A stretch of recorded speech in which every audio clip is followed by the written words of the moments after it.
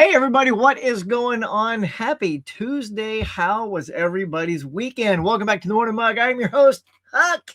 And look, we're ready to get to it again. Got the old mug filled with iced tea. Look at that brimming to the top, y'all. A little Back to the Future 2 today. Head to my merch store. Pick out some of my cool merch, y'all. So good. Can I tell y'all something? It's very funny. So on Easter break or whatever, my daughter and her friends over at her dorm, they said, Dad, take a look at this picture. If I was thinking, see, this is off the cuff, I'd pull it up. They bought little pins, like, little pins you put on your shirt of my channel. And I was like, what is that? Oh, come on now. So now they're walking around, their college with Hugs Pub Culture Cafe. Like, I would love for one person to go, what is that? Right? Spread the love. Look at that. Talking about, when you say leave a comment, share with all your friends. There you go. They're doing it. But by cracky, y'all, we're here this morning. Slap it up. Bubba's hit the Morning Mug. Welcome, everybody. Oh, it's going to be a good day. We're going to talk about all kinds of box office new releases and the crazy AI that's about to take over in the colleges. Saw this little topic in my emails today and thought it would be interesting to chat about. So, hunker down, y'all. It's going to be a doozy. I'm telling you, like where this is headed is, well, we'll talk about it. So grab a drink, grab a snack, because it is time. Oh, Bob, show him for the Morning Mug. Hit it.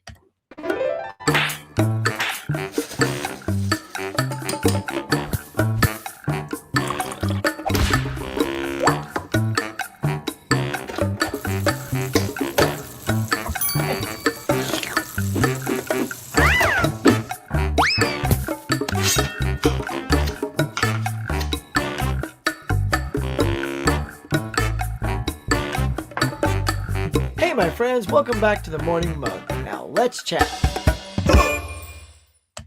And to chat we shall. Again, welcome to the Morning Mug, everybody. It's going to be a slamdiferous day today. It's going to be so good.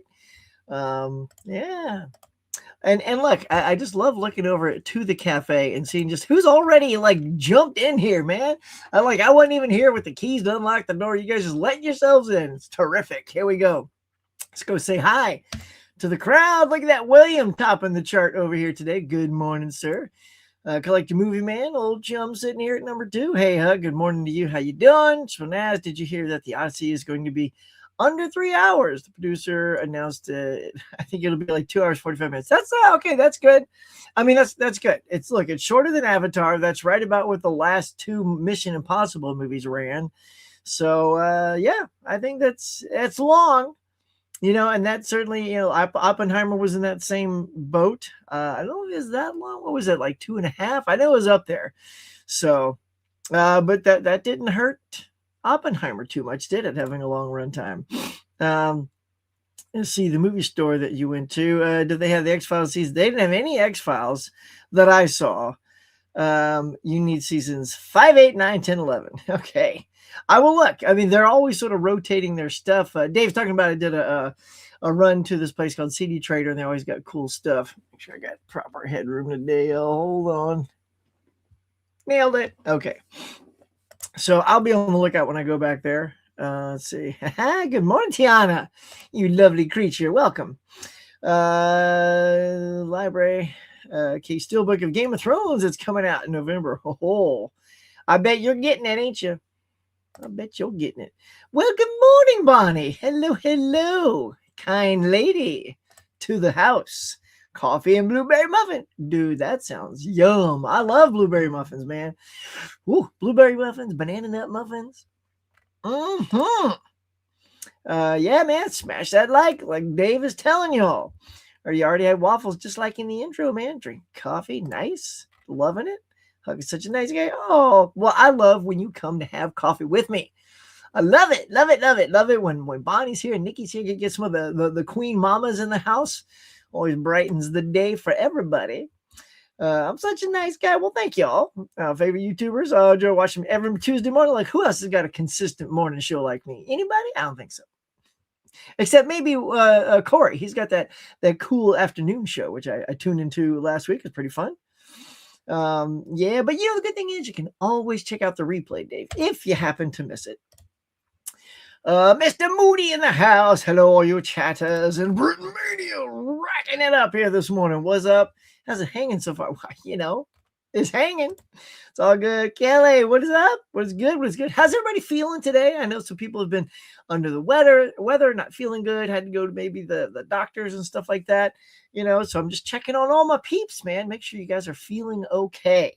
I want us all in good health. Okay, good health, everybody. See Michael on Wednesday. Nice. 6 o'clock.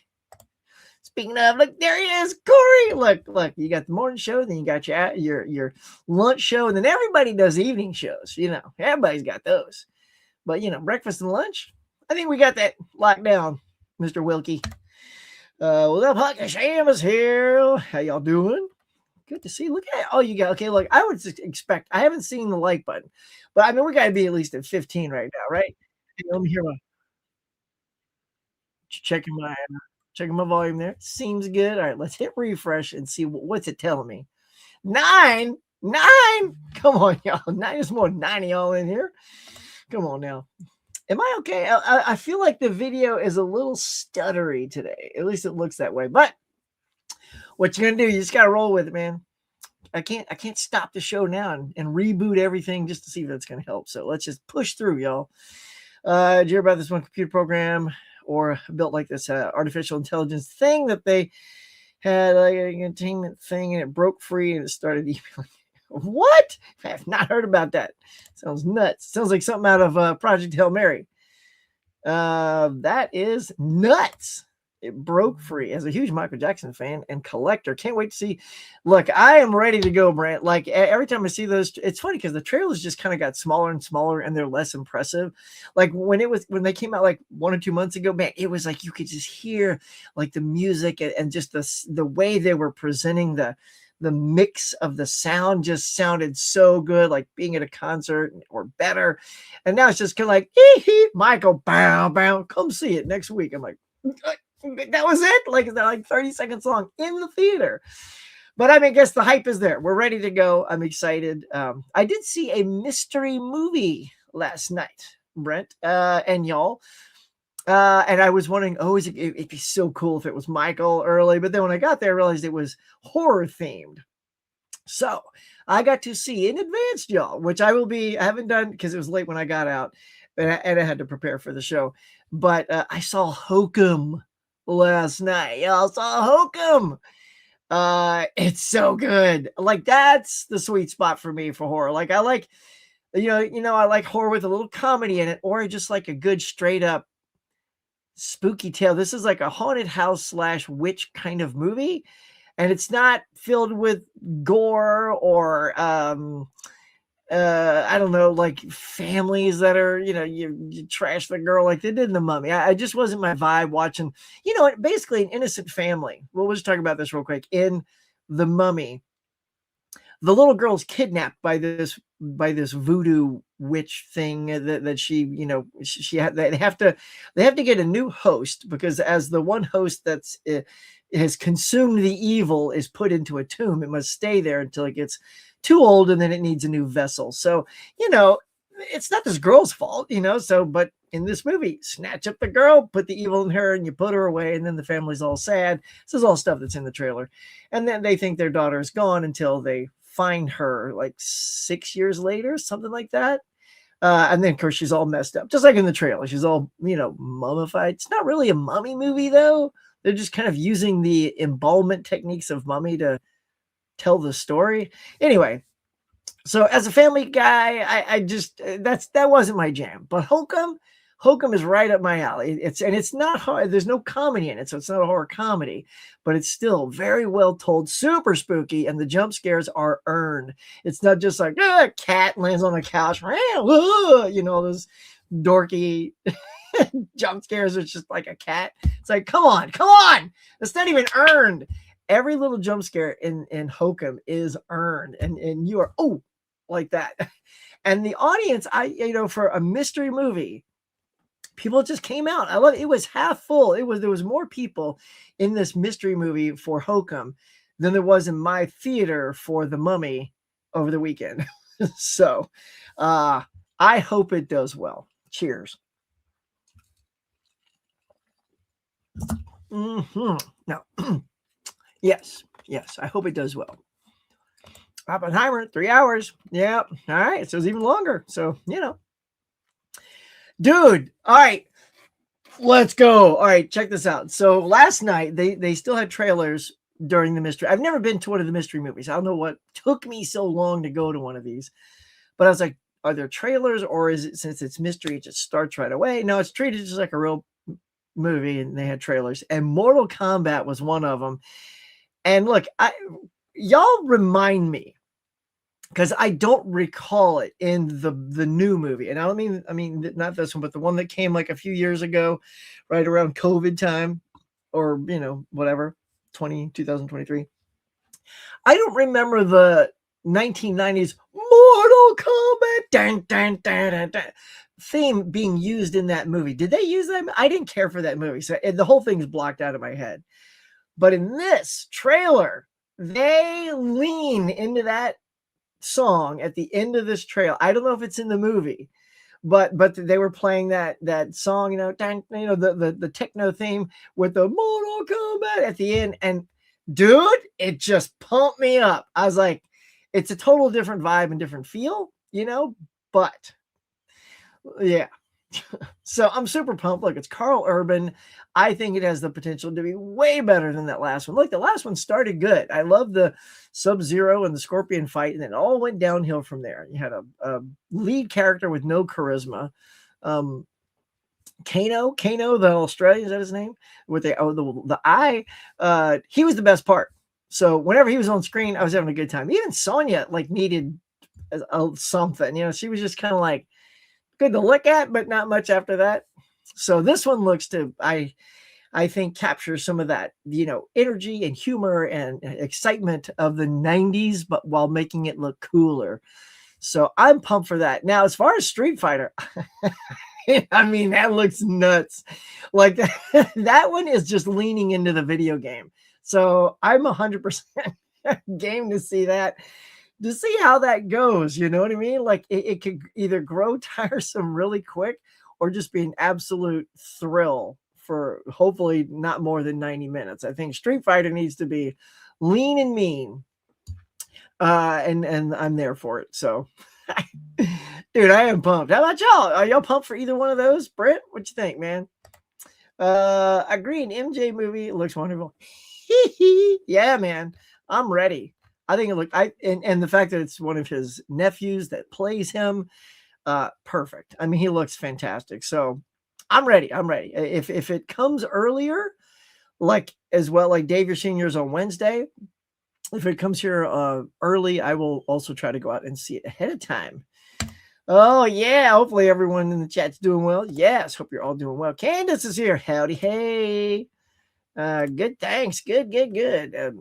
Have you react to the is there a new Street Fighter trailer yesterday? I have not seen that.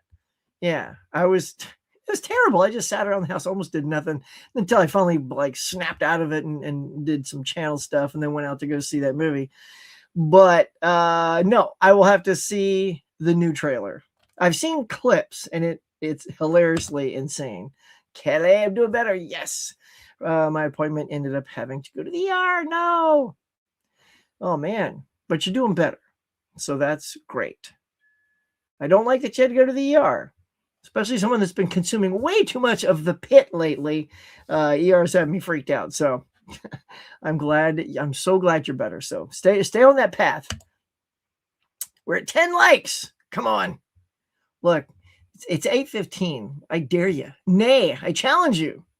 Just give me to 15 in the next 2 minutes. Go ahead. I was in the hospital for a few days. No, guys, we got to stop. Look, I mean, I went in for a checkup recently as well. Need to go in for my annual physical soon. I'm waiting for them to let me know when I can come in. So yeah, we all got to all take care of ourselves, make sure our bodies are moving and grooving, but I'm glad you're fine now. Lady Bonnie, be well. Hello there. How you doing? Oh, Adrian James is in the house. Love it. I'm doing good. Michael Jackson. Sounds good. Yeah, it does sound fantastico. Mama Blue Ray. Tiger Blue is here. Hey, okay, everybody. What is good, son? Adrian Eli Cortez in the hand. Look, this cafe is popping right now, y'all. I mean, all the go-tos are just chilling this morning. Love it. Y'all go grab a few more new people too. Last week we had like 2 or 3 new names pop up. If y'all are watching, you new people from last week, pop in, man. Say hey. I love it when we see some new faces, new names. Yes, everybody. Okay. You can slash that like button and sub to this awesome channel. Thank you, Mr. Cortez. You'd be awesome too. Everybody's chilling. All right. So it says, I think the runtime on Michael should be longer. They don't talk about Michael being in the movie The Wiz. Oh, they don't. There's no Wiz.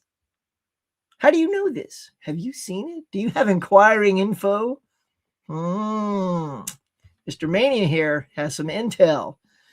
That's unfortunate. I would love to have seen something. I mean, that was a big deal. I feel like this is all album stuff. We're not going to get Moonwalker or that, or, the movies that he did for Disney, Captain EO, none of that stuff. See, I think that's fascinating stuff because a lot of people aren't as familiar with some of that acting side. They're all album, especially younger kids today who just know the music. Come on, man. Well, maybe if this does well and they do a part 2, right? I hear that's the thing. 13. You almost did it, y'all. Almost. 2 more. Like that video. McPizza has spoken. When the host tells you to like this video, don't go back on that. The first movie, they had that theme song. I know, Mortal Kombat. Bam, bam, bam. Wait, in the not the first movie, but the last movie, the sort of reboot movie, they did have it. Boy, and it did not save that movie. I'll tell you that. If they had it, it did not help that movie for me whatsoever. I'm buying my ticket. Nice. Go get those tickets, man. Street Fighter.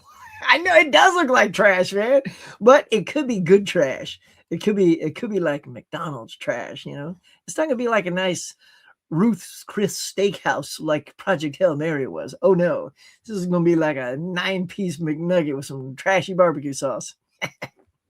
Sometimes that's good. It does, man. It looks campy. Haas says, not to be negative Nancy, but I can't say I'm a fan of a single video game movie. As someone who's gamed his whole life, I just play games there. But yeah, I mean, look, there's a lot of expectations with the games that aren't often satisfied in the movies. Would that be even the animated stuff, like the excuse me, the Mario Brothers movies, or not even? Yeah, I can see that though. A lot of them are trash. However, last year I did love, for whatever reason, it clicked with me. Minecraft. I thought that was hilarious. I thought it was visually something different to look at. Quite stunning, fun, very light, not heavy. My daughter saw it, my wife saw it, and everybody loved the movie. So, but yeah, I get it. A lot of video games, it's tough, man. It's tough to nail that transition. 15 likes, okay, not bad. Now get us to 20. That's right, I said it. Come on, y'all. It wasn't so hard now, was it? Come on now. Let's set a record today. I don't think y'all can do it. I say nay. 25 to 30. 30 being the mission impossible. 25 being the, oh my goodness, look at you guys go. Those are the stakes I will set for my delightful audience here today. I mean, all you guys have already hit like, so we're relying on you people watching right now. Oh, you just came in. Hey, what's going on, man? Hit that like button. Okay, now you can go back to work if you got to go to work. I think we can do it. Because when I see this is over, there's a lot of people that have watched. There's like usually, I don't know, 40, 50, 60 that have kind of watched, maybe you had to come and go. So smack it. Show who's boss. Box office lead corner of the movie. Oh, we're going to get to it. Oh, I saw a video where somebody already saw Michael. Oh, rats. Okay. All right. Well, at least I'll have that to not worry about. Really is The Last of Us. I figured you'd say Last of Us. Last of Us was a pretty good adaptation. Although I kind of bailed out of season 2. Yeah. Once The Thing happened, I was like, yeah, no. Unfortunately, I don't think Captain Yo Moonwalker would be mentioned either. But we shall see. I think it's an album. Yeah. Seems that way too. I will never watch Minecraft because of the stupidness when people bringing in chickens. Yeah, chicken Jackie. Don't let stuff like that sway you, Dave. Come on, look. If anything, you should say this thing was so unique and a blip in time that it created such a insane chaos. The good thing is you don't have to go in the theater with people with chicken throwing their popcorn buckets. It's all that's over. Now you can just enjoy the crispy 4K, the beautiful colors, the funny characters. Jack Black being his Jack Blackiest, Steve's lava chicken, yes, tasty as hell, which I think is just completely made up on the spot.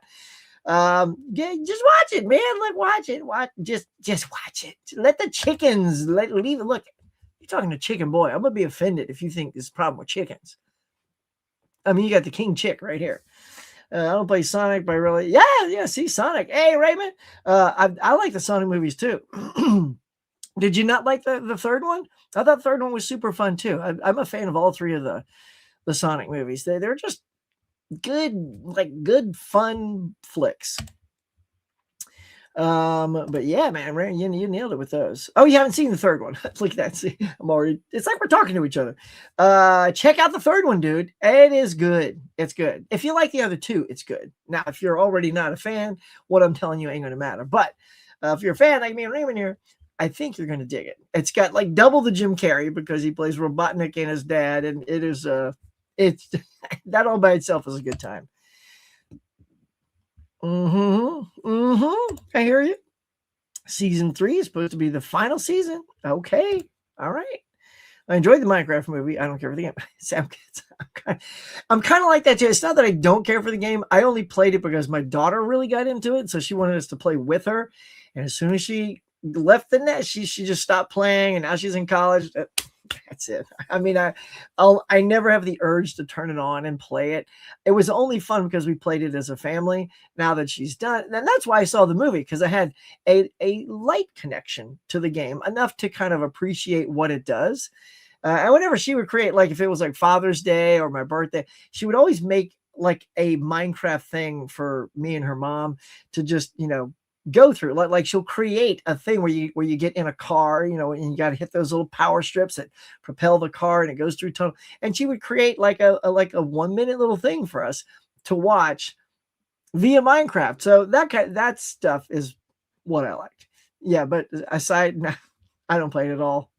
Don't have the urge whatsoever either. Craig, what's going on, Craig? Criminy. You haven't seen any of the Sonic movies? What's your problem? No. Check them out, man. Check out. Okay, I'm in high-pitched mode today. Check them out, Dave. I think you will enjoy them. That's right. King Chick is a chick magnet. I'm just saying. Look, call it like you see it, Brent. I mean, it's a curse. Sometimes you got to live with it.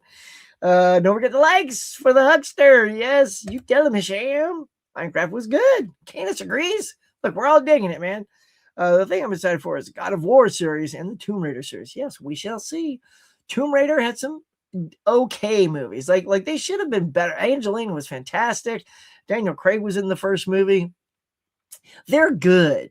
They're just not great. It's like we were saying earlier. A lot of video game movies just don't nail it.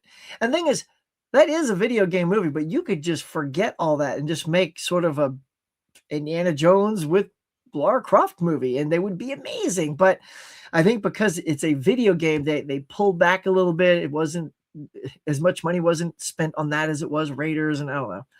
Had the chance though. It had the chance, right, y'all? Right? Yeah. All right. We'll check those out. Raymond says, I'm planning on just waiting for the right price of DVD. Okay. Cool, man. Cool. All right, man. Get that thing. I'm with you, bro. It's all about deals, man. Right now, look, on my channel, on the post tab, you got the 3 for $33 is still running over on Amazon. I believe it goes until, is that over? I think it goes till the 27th, if I'm not mistaken. Or is that the Kino Lorber sale? There's so many sales there. There's the Kino Lorber sale, and then there's that sale. Anyway, they might still be going on. If you just head over to my post, go to the thing, hit the link, boom, and then get some of those. But yeah, Raymond, I know you probably have different links and stuff there. You're in the UK. All right. Hisham is just itching here. All right, we're going to put a pin in it. We'll come back to y'all. He wants to talk about The Mummy. So, well, who am I to let you down, sir? So, all right, Bob Maroney, if you would, our friends would like to talk about the box office from this weekend. It was an intriguing box office, so hit it. All right, to the right, sir. To the right, to the right. Yeah, boom. All right, here we go. Once again, as I predicted, this guy last week, I said, I don't think the Mummy has enough juice to overtake Project Hail Mary unless there's just something about it. It'll most likely come in third. Because Project Hail Mary, again, this thing is dropping just incrementally, like tiny drops. This thing has got massive staying power. It's terrific. It's just terrific. Like, so you got Super Mario here, number one, 36.4 mil. Not bad, dropping 46%. You know, it's starting to get chunkier on its drops. Project Hail Mary, 15%, y'all. 15. So there's almost a good chance Project Hail Mary will be over Super Mario next week. But because you cut Super Mario in half at almost 50, that'll put it at about 18. And you take another 15% off of 20, that's almost there.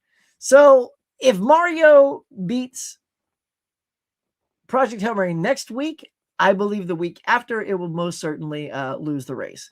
But for today, it is number one, 36.4, Project Hail Mary, another 20.5, but the tiny little drop. And there, Hisham, is your Lee Cronin's The Mummy at 13.5. We'll talk more about that in just a second. Rounding up the top five, The Drama with 4.8. And You, Me, and Tuscany, which I enjoyed quite a bit, is 3.8 milli at the box office. It's a cute little rom-com. It ticks all the boxes in a very charming way. The Mummy. All right, let's talk about it. So, all right, no spoilers. So, but we'll just say, you know, you see it in the trailer. Again, you see it in the trailer. You know, the girl is kidnapped and turned into a mummy, and they get the girl back, and she's all wonked out and weird, and there's a lot of gross stuff. You know, they peel these things off, or little sound effects, all juicy sound effects, making you, you know, stuff like that. But I saw it. It's done. It's a one and done for me. Like on this, yeah. So one and done for me are two of these: The Mummy and The Drama. The Drama, yeah. I don't think it stuck to landing. I thought it had the potential to be really cool, like very unexpected, but it kind of dropped the thread for me. That's all I'm going to say about that. But You, Me, and Tuscany is charming. I feel like if that's on a super sale, definitely add that to the collection. Hail Mary, absolutely coming in. And yeah, I'll probably add Mario. I got the first one here. So if I'm in the zone, I'll pick that up. But yeah, this week we only got 79 mil. So there wasn't a lot to challenge our boy Mario and Luigi. And then, of course, Project Hail Mary. There's just nothing to challenge it. So this week, these five total up to 79 million. Last week, they totaled 112.6. So boom, boom, but we're dropping. But you're saying, but Huckster, what about next weekend? Is there anything coming up that can challenge these two juggernauts in the first position and the second position? Here, I shall show thee. I shall blam. Hee. Of course, Michael's going to come storming in and take number one. No doubt in my mind. There's no doubt, because again, you take 48 whatever percent off of Mario, and he's at the close to the 20 million mark. I just don't see a world where this documentary comes out and it only makes 15 million on Friday. I don't. I think it looks fantastic. There's still a lot of this world who don't believe in the controversy that went down. They don't even cover that in this movie, from what I understand. It was part of it, but there's a legal thing that they said they could use it, and then after they were done shooting, they said, oh wait, you can't use it because of the person you're talking about. So I don't know if they're going to try to get the rights to that or work their way around it, change the name, but I'm excited. I am excited. I'm more excited to see this than I was to even see Bohemian Rhapsody and Rocket Man. And I thoroughly enjoy Queen and, Elton John quite a bit. So Michael, I'm very excited for. Next to it, you have Over Your Dead Body, which I think looks hilarious. Look, Samara Weaving. Wait, I just noticed this poster. So look how big his head is and how small his hand looks. Right? I just look at that, right? There's something proportionally wrong with his head. Right? I mean, come on, Jason Segel, that your head's too big for your hand. I don't know, unless he's got tiny ass hands. I don't know. But anywho, and we get ourselves a re-release, y'all, yet tomorrow with Fight Club. So if you haven't seen Fight Club, I suggest you check it out for the first time in the theater. I think it would be a fantastic introduction to this film if you haven't seen it. So, but there it is. There it is. Those are what's coming out April 24th, and that one on the 22nd. So good. But again, there it was. That was your top 5 that came in. If anyone has seen any of these in the top 5, I see that Luke just popped in. What's up, chum?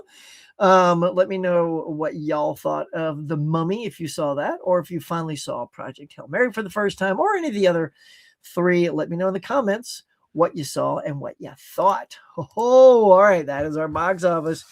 My little box office bunnies.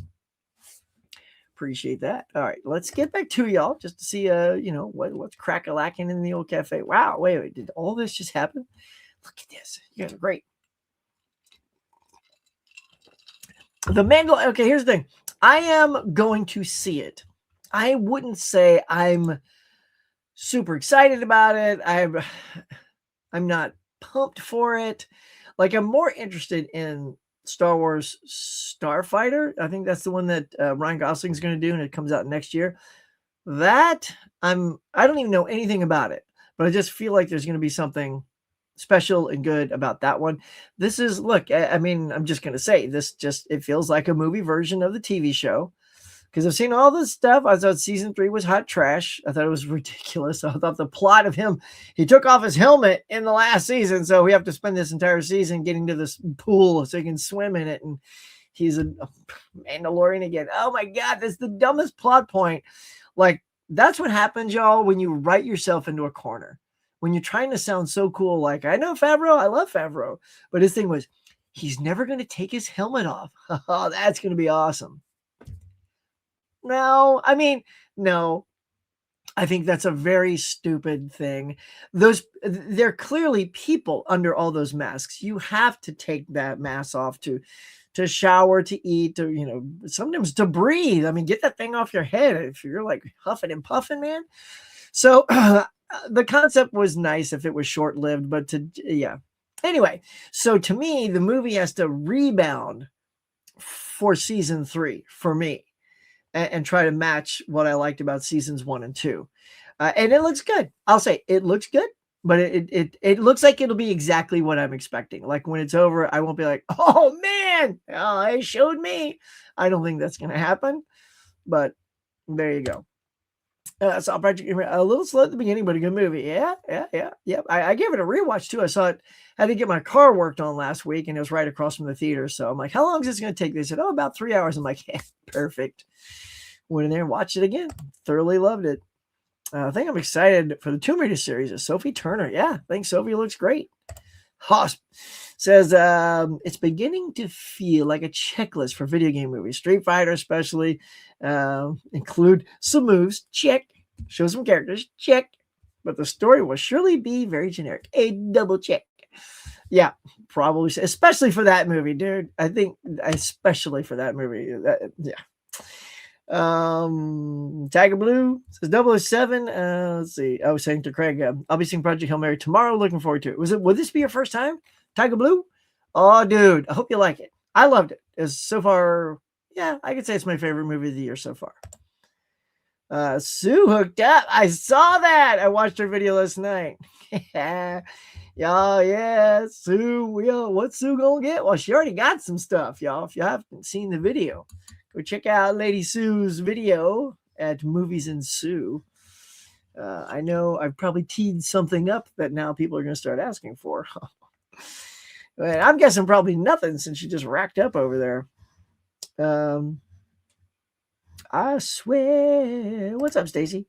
That is the best movie so far this year. Oh, really? I swear, I haven't even seen that. So I haven't even come to my theater. Was I frozen in the circle, my friend? Hopefully no longer. Am I okay? Hang on, let me go back to the actual area. Oh, wow. Huh, I am frozen. Let's see. Huh, what is the deal? I'm sorry. I didn't realize because I'm just watching my thing. We are frozen. We are frozen, and I don't know how to undo this. Huh. Huh. What do I do, y'all? Well, okay, treat it as a podcast for now, I suppose. I mean, it looks okay here. All right, hang on. Let's see. I do have cable backup.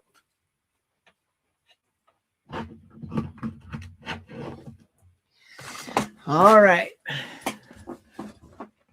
We're going to try something. I have hardwired in the internet. Let's see. Let's see if it works.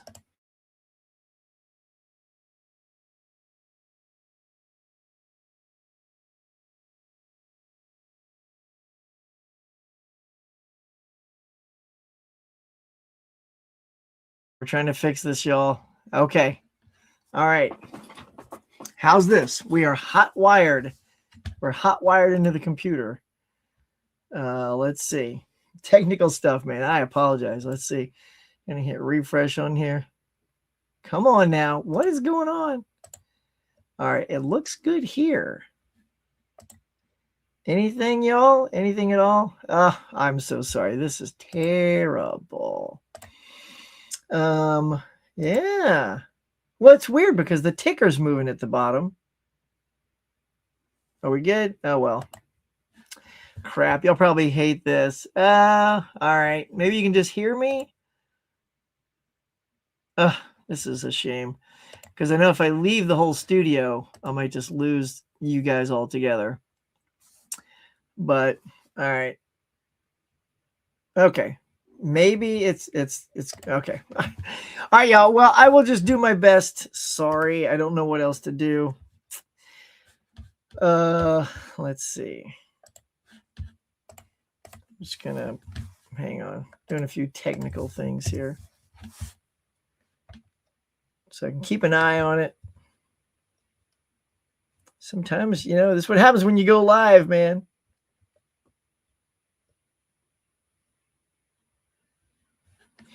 All right.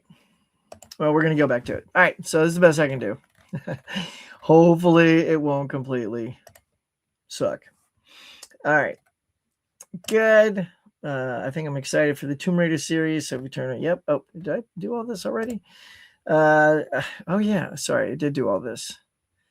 Sue. Hi. Frozen in a circle. I'm frozen. Still talking. Happy for Sue. What's Sue gonna get? Stacey's asking. All right. Well, I have no clue if I'm still working for you guys, but let's try it anyway. All right. All right, Bob. Let's just roll with it. What's Sue gonna get? What's Sue gonna get? Hey! What's Sue gonna get? And these guys too. Now the Steelbook crew. Tell him, Sue. What's Sue gonna get? What's Sue gonna get? I don't know, but hey, what's Sue gonna get? I mean, we don't know because she racked it up, y'all. Racked up at her Bull Moose run. So, I don't know. I don't know if she's got another run in her today. She might be tapped out. What do you think? What is the deal? Share screen. Ain't nothing working today, y'all. Like Gremlins taking over. Let's do this. All right. We're gonna see what Sue and you and the Steelbook crew is gonna get for today. So let's check it out. So today, April 21st, big release day. Send Help. That's the one that was on my intro. Again, if I'm frozen, I apologize, but I will keep it verbally interesting for you. Send Help out on 4K and all other formats. Lee Marvin's Point Blank. 28 years later, The Bone Temple looks to be on a steelbook, so that's good for you, steelbook lovers out there. Speaking of steelbooks across the board here for Sleepers with Kevin Bacon, Robert De Niro, Brad Pitt, and The Ninth Gate with Johnny Depp, also on 4K steelbook. A movie I am excited to add to the collection. Good Luck, Have Fun, Don't Die. That's probably my second favorite film of the year.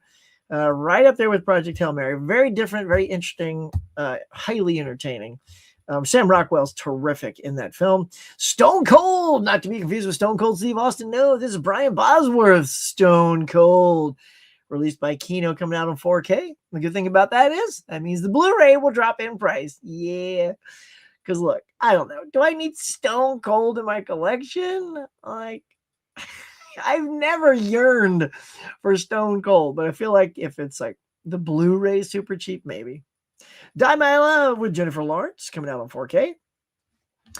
Sleepers, you get also just a standard 4K release. You get The Eye from Arrow, Resurrection, Champion Collection. It's like an old Fleischer Studios thing. It looks kind of like that animation. Sky Captain in the World of Tomorrow. Boy, there's a throwback movie to when CGI was coming in. This guy did the whole thing by himself, like in his house, I think. But Primate, oh yeah, Luke, Primate's here. Let's go. Crazy monkey tearing people up. Get him, chimp. That is out today. I will be adding that at some point. So you got Romancing in the Air, Confessions of a Police Captain, The Strangers, there's that Bone Temple, Shelter with Jason Statham, two good girls just hanging out at the beach, biting each other in the bum, Vampire Time Travelers, I guess you travel through time by chomping on someone's derriere, Hair High, what else we got? House Calls, there's Good Luck, Forbidden City. All right, now we're just going to sort of scan these if anything pops up. Sydney Sweeney's movie, Christy, she's the boxer. A little combo here. Creepy Creatures double feature, The Crawling Hand and the Slime People. I love old cheesy sci-fi horror movies like that. The Ugly, never heard of it. Now we're getting into stuff I've never heard of, so we're just going to pass through some of these. You guys can see them as I scroll down.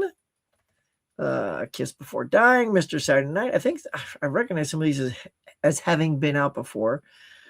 Girls from 1980. There's that Murder Zone 7.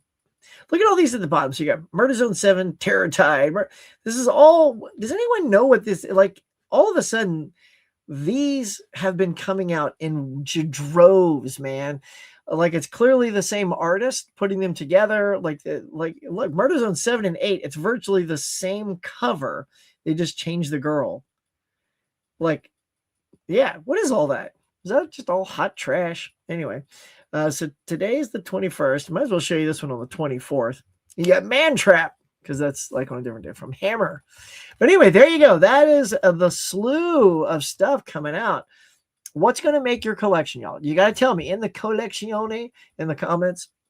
Let me know. For me, Send Help is definitely going in there.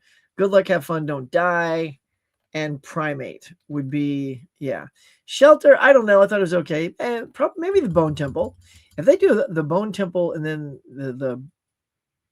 the other one, the one before it, 28 years later, as a combo pack, might grab that.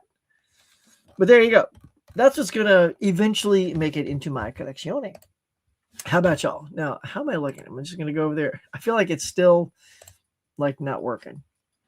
But you guys tell me. Hang on. Let's see. Here's the audio.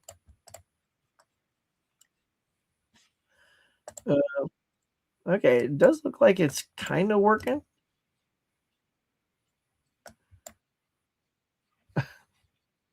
All right. Sorry, y'all. Just trying to make sure it's working. It seems like it might be, but there you go. All right. Thanks for hanging in there, y'all. Y'all the best. Yeah, he's frozen. I know. Probably going to see a bunch of he's frozen things now. Move over. He's back now. Am I? All right. We'll see.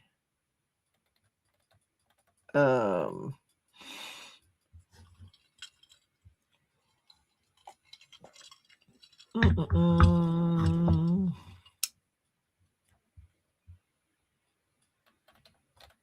All right, yeah, try to avoid spoilers, everybody, in the thing.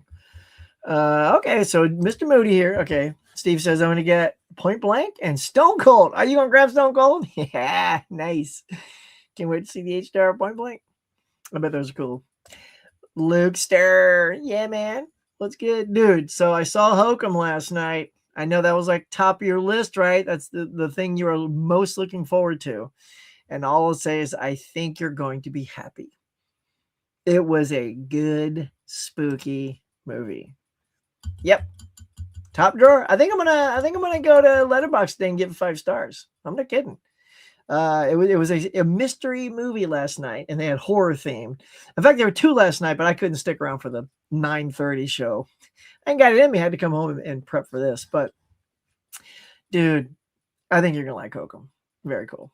Oh yeah. Hands down, Michael's gonna beat Mario. Absolutely. Hey Mario, welcome. Speaking about the mummy, I was watching the Mummy trilogy on the big screen. With the Brendan Fraser and all that, they were fun. Well, the third one, not as much fun, but the first and the second with Brendan Fraser and Rachel Weisz were great. They were very like, that great adventure. We don't get adventure movies like that anymore. They just, that swashbuckling, continental, globe-trotting type stuff. They're just, I don't know. They don't make them anymore. I love those things. So digging those quite a bit. I think they look great. Storytelling's fine. It's right where you want it. Action, adventure, romance. They nailed the blend. The third one, Rachel wouldn't come back, so they recast her. Didn't have the same chemistry. Arnold Vosloo wasn't there, so you didn't have. I don't know. So I'm looking forward to seeing what they do with the new one, which I always get worried when it's an action series like this and Indiana Jones, and it's 20 years later. Your actors, I mean, they're going to have to really get into shape to pull some of this off. And they just don't look like the same young, active action people they used to be. So I'm a little worried. I'll have to see the first trailer, and then I'll weigh in even more. You're going to see Michael on Friday. Nice. I watched Shrinking. Actually, I watched it just the other night. I'm trying to catch up and get through this recent season. But I enjoy it a lot. Saying hello. Over your dead body was shot 2 miles from where you live. Oh, really? For real? Wow. That's crazy. We're getting some highs in there. That's what I'm saying. His head looks huge, right? Come on now. Should I bring that back up just for fun? Okay, first we gotta remove that. Boom. Sorry, multitasking here. I don't know. I just think it'd be fun to pull it back up. It's a hoot. And then I might even get to my next thing. Boom. Yoink. All right, there it is. Let's take a look. Yeah, I mean, look at that. His head's enormous. I know he's a big guy, too. He's got to be like 6'4", or something like that. But that noggin, look at that melon. It's a planetoid.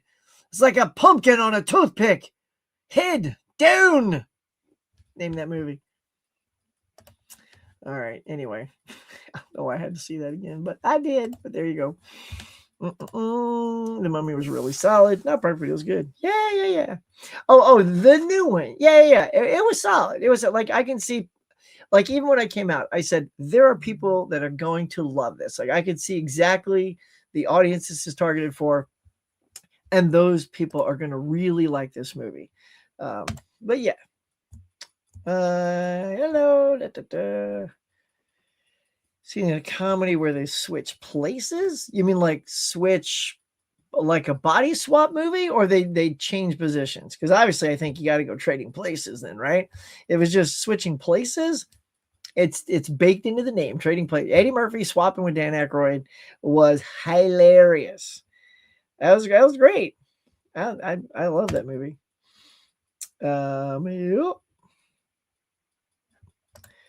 Grogu movie looks too violent for you? You so silly. Come on. just munching on a cookie at the end of that thing. Hey, Huck, when you do the physical media part, could we go to Grogu and show off the Game of Thrones Steelbook set? Wait. When you do the physical media part, we go to Groove. You mean, okay. Oh, sorry. I didn't see this when I was doing it, Dave. So I can take a quick look if the internet's working.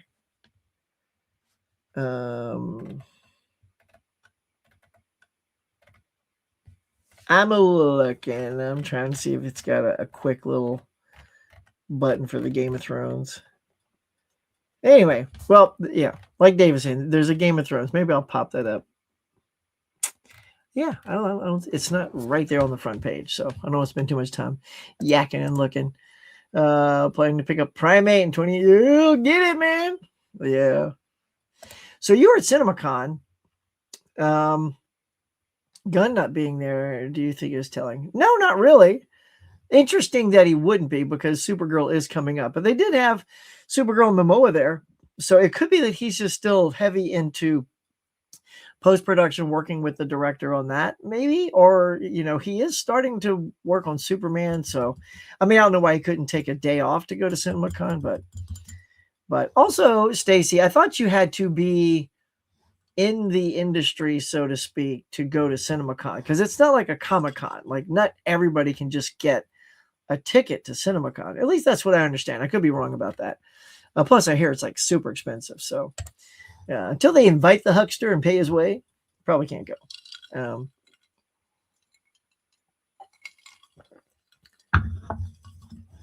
Yeah, I love that. I love that, Marriott. I love that it was shot there. Luke rocks. Collect over his expert payment so he can collect even more.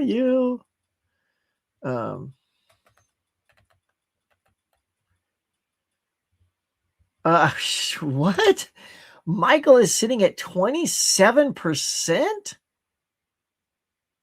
Wow. Wow, we're gonna have to look at that. That's nuts. Speaking of the opposite of that, Luke, you'll be happy to know Hokum, I think, is sitting at 97%. That's how good that's looking. So he says, I swear, see that ASAP. It's about Tourette syndrome. I highly recommend it. Did you go to the mystery movie 2 weeks ago? No, this was my first mystery movie ever. I don't know what took me so long, but that's my first one to go to was Hokum. Oh, and you think it's the best movie of 2025. Oh. Yeah. Well, if it was released at all in 2025, it just has to be in a certain... Oh, was it not released in the States in 2025? Oh, yeah. Well, but then it would just be considered international. So it's released in 2025. I don't think it has to be in the States. It just has to come out in 2 major cities. I don't know how that works if it's a foreign release. Well, to me, a foreign release. But yeah, restart. I would, but then I'd have to restart the whole show. It seems like it's working okay now, though. Okay, I clicked on something. That's good. So other CinemaCon rumors were Howling reboot with Micah Monroe. Do you like that idea? It's fine. I think Howling is an okay werewolf movie, and I know a lot of you are bigger fans of Micah Monroe than me. She's okay. She doesn't move the needle for me all that much. Okay, you guys are going nuts over that. I'm still frozen, it says. It does say, I swear, is eligible for the 2026 Oscar. Okay. Although it's so early now, it could be forgotten. Hello, darling. Hello.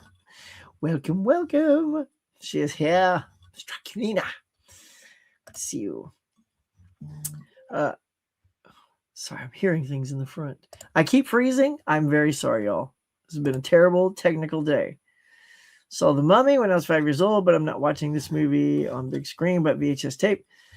It's really good. I can't sleep because Emotep's face was really scary. I know, Emotep was spooky, man. I'm working now? Okay, cool, y'all. Looks like I'm back. Take a blue. When you move your head left. So I can't. So just don't do that. Okay. Oh, man. This day's like, let's see. All right. What a deal, y'all. I'm just going to have to make sure I'm hardwired in for each of these mornings. I don't know what they're doing outside, but internet was working great yesterday. You were only frozen for me when you started looking at it. Okay. Cool, y'all. My 4K good luck. I got delayed. What? All right. Boo.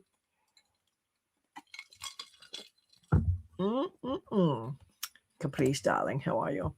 A vampire time travelers has your attention. It does look intriguing. How do they time travel? I wonder. I bet I'm not wrong. I bet it's like, and then gone. I can think of worse ways of time travel. You know what I'm saying? I will buy Sin Help at some point. Same Z's. Get me on that 3 for 33. That's where I'll get it. I think I'll be watching The Conversation from 74. 52 movie challenge. You got some John in there. John Cazale. He had a short stint, but he made some bangers.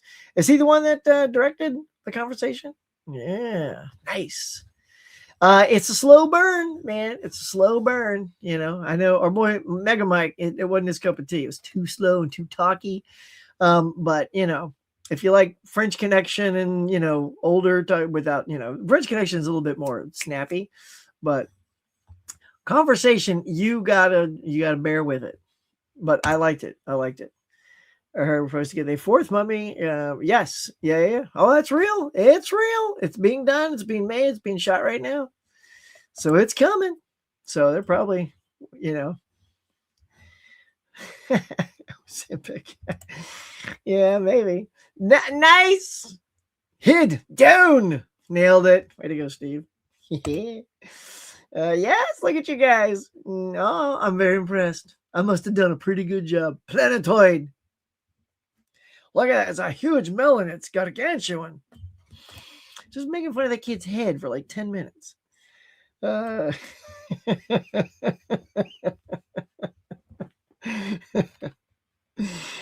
on a huge pillow. It's great. It's great, yo. Laren is here. What's up, Laren? That's it. You guys are nailing it. You're killing it. I gotta do more impressions, see if y'all know where they're from.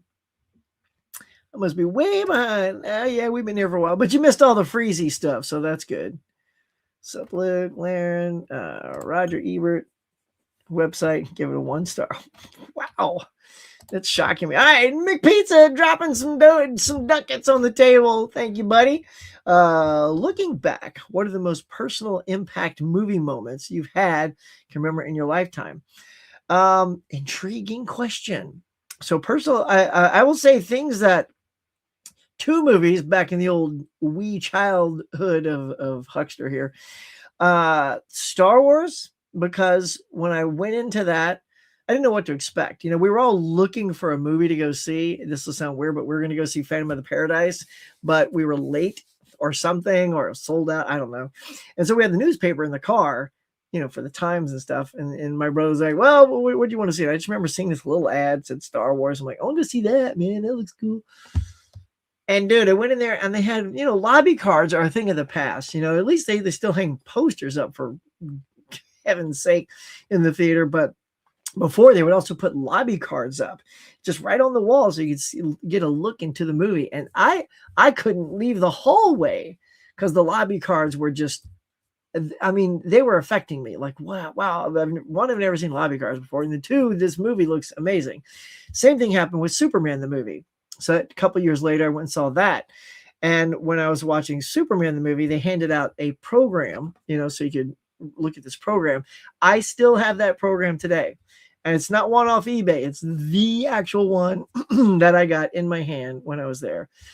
Now, weirdly, there was another thing. I also got a Superman ring.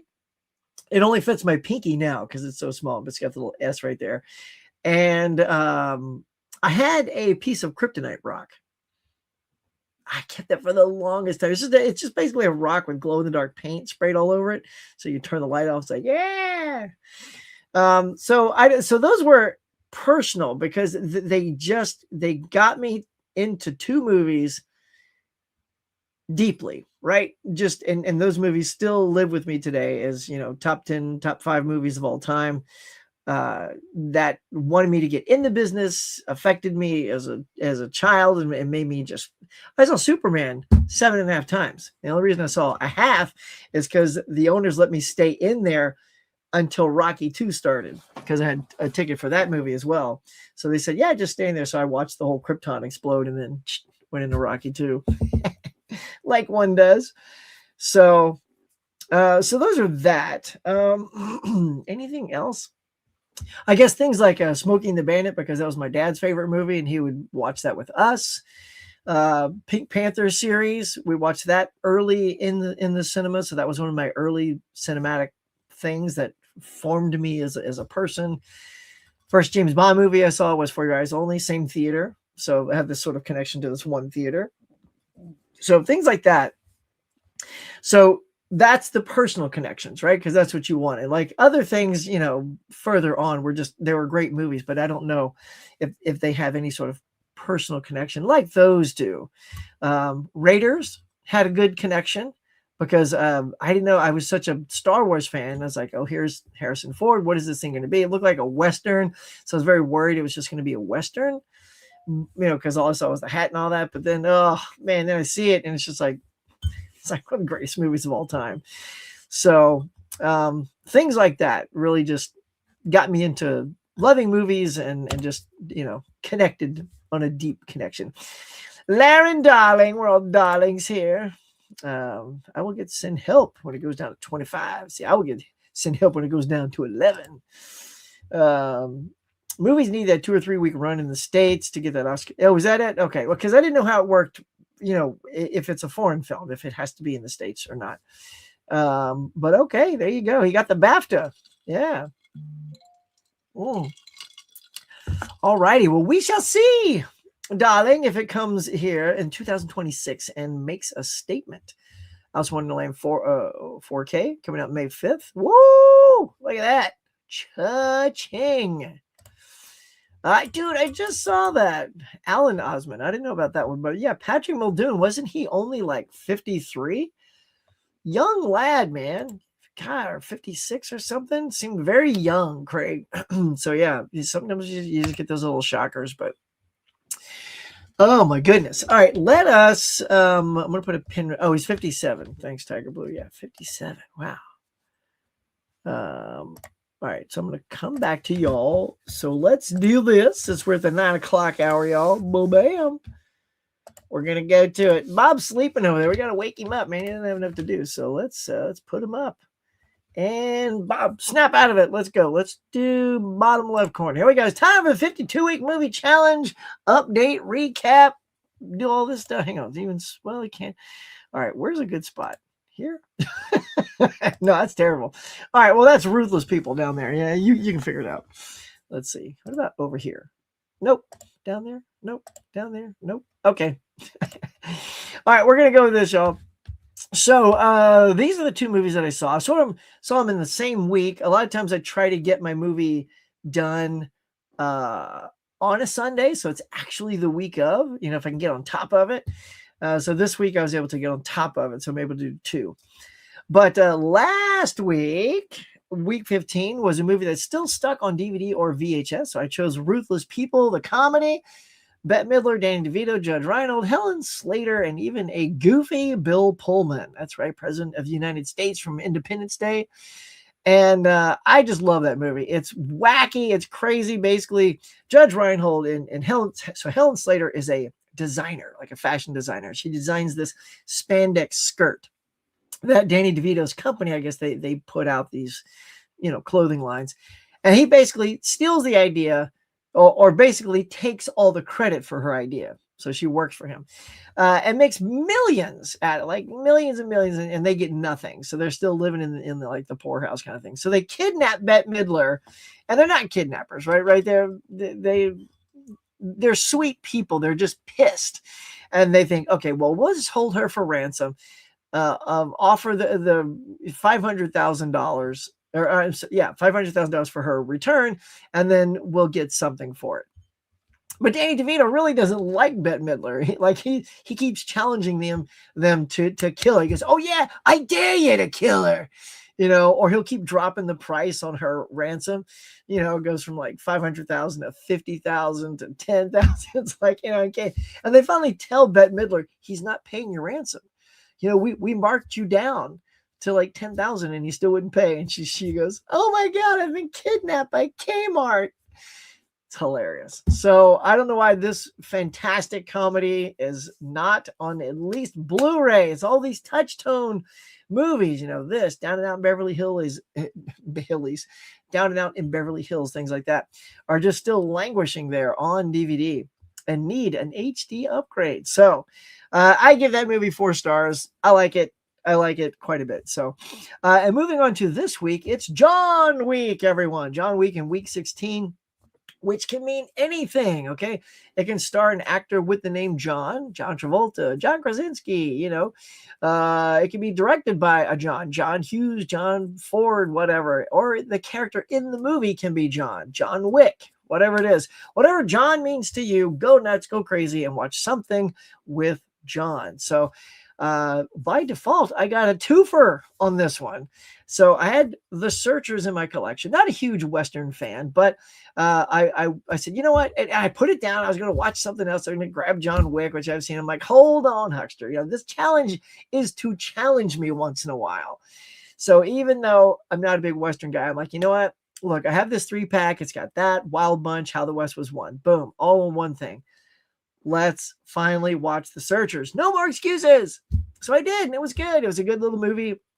Again, it doesn't move the needle much for me on loving Westerns or being a big Western fan, but it was a good, solid flick. Basically, John Wayne. It also stars Jeffrey Hunter, who went on to play Captain Pike in the original Star Trek pilot, The Cage. And he has a lot more personality here than he does in Star Trek. He's kind of wooden, but he's pretty, spunky in this movie. And what happens is John Wayne's niece is kidnapped by these Comanche Indians who have raided the home of Jeffrey Hunter's family, killed the family except the girl, and the girl's been kidnapped. So their thing is they have to try to find her. And then it becomes this multi-year journey, which I didn't understand the time frame that was happening. Like, it wasn't really clear that it was 5 years until they get to, and the little girl's, by the way, is very good. It's she's played young, like at 12 or something, and then 17. And the two girls are sisters. It's Lana Wood and Natalie Wood, which is why they look so much alike. I'm like, wow, is that like did I forget what the little girl looked like? Is this the same kid? But no, it's actual sisters, and they're fantastic in this film. So the question is, will they find her? Is she still around? Is she still alive? And if so, how are they going to get there? So it's a journey. It's like one of those, like a road trip kind of movie, but on a horse. So anyway, if you haven't seen The Searchers, I would recommend it. It's a good movie. If they aren't your bag, if Westerns aren't your bag, I don't know if I would say this one's going to change the game. So maybe don't worry about it. But if you're curious, I gave it 3 stars. So that's it. Those are my 2. Now, what you can't see under the banner here, let's just drop it for a second. Week 17 is Watch a Musical Biopic. I did that on purpose so that we could all go out and enjoy Michael. But there are tons of others, man. There's tons of, like I said, I mentioned earlier, you could do Rocket Man or Bohemian Rhapsody or any other biopic. I mean, you got A Complete Unknown, Ray. There's dozens of musical biopics you can check out. So take your pick. All righty. There you go, man. All right. That was my 52-week challenge. What have y'all done? What'd you do? All right. Let's get back to you. All right. Let's see if I put a pin in it. There we go. Huck, what are your top 5 movies of the 50s? Dude, that's too much. Too much. I can't do top 5s of all those decades unless I'm just doing one for each decade. 50s, 60s, 70s. I don't know 50s enough to remember what my favorite would be. 60s? I don't know. It's going to be like a Goldfinger, James Bond movie from the 60s. 70s, it's a close tie, Star Wars or Superman, as I mentioned before. 80s, you got so many bangers from the 80s. But Raiders of the Lost Ark pops into my mind as top. Empire Strikes Back. Some of those. 90s. 90s. What would stand out? I guess Titanic's pretty great. Like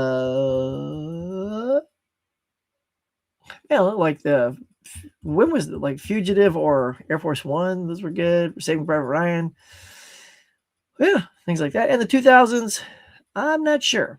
But I will say Argo is up there. So there's a bunch of titles for you. I need to watch Starship Troopers. Was he Starship Troopers? That's a good one.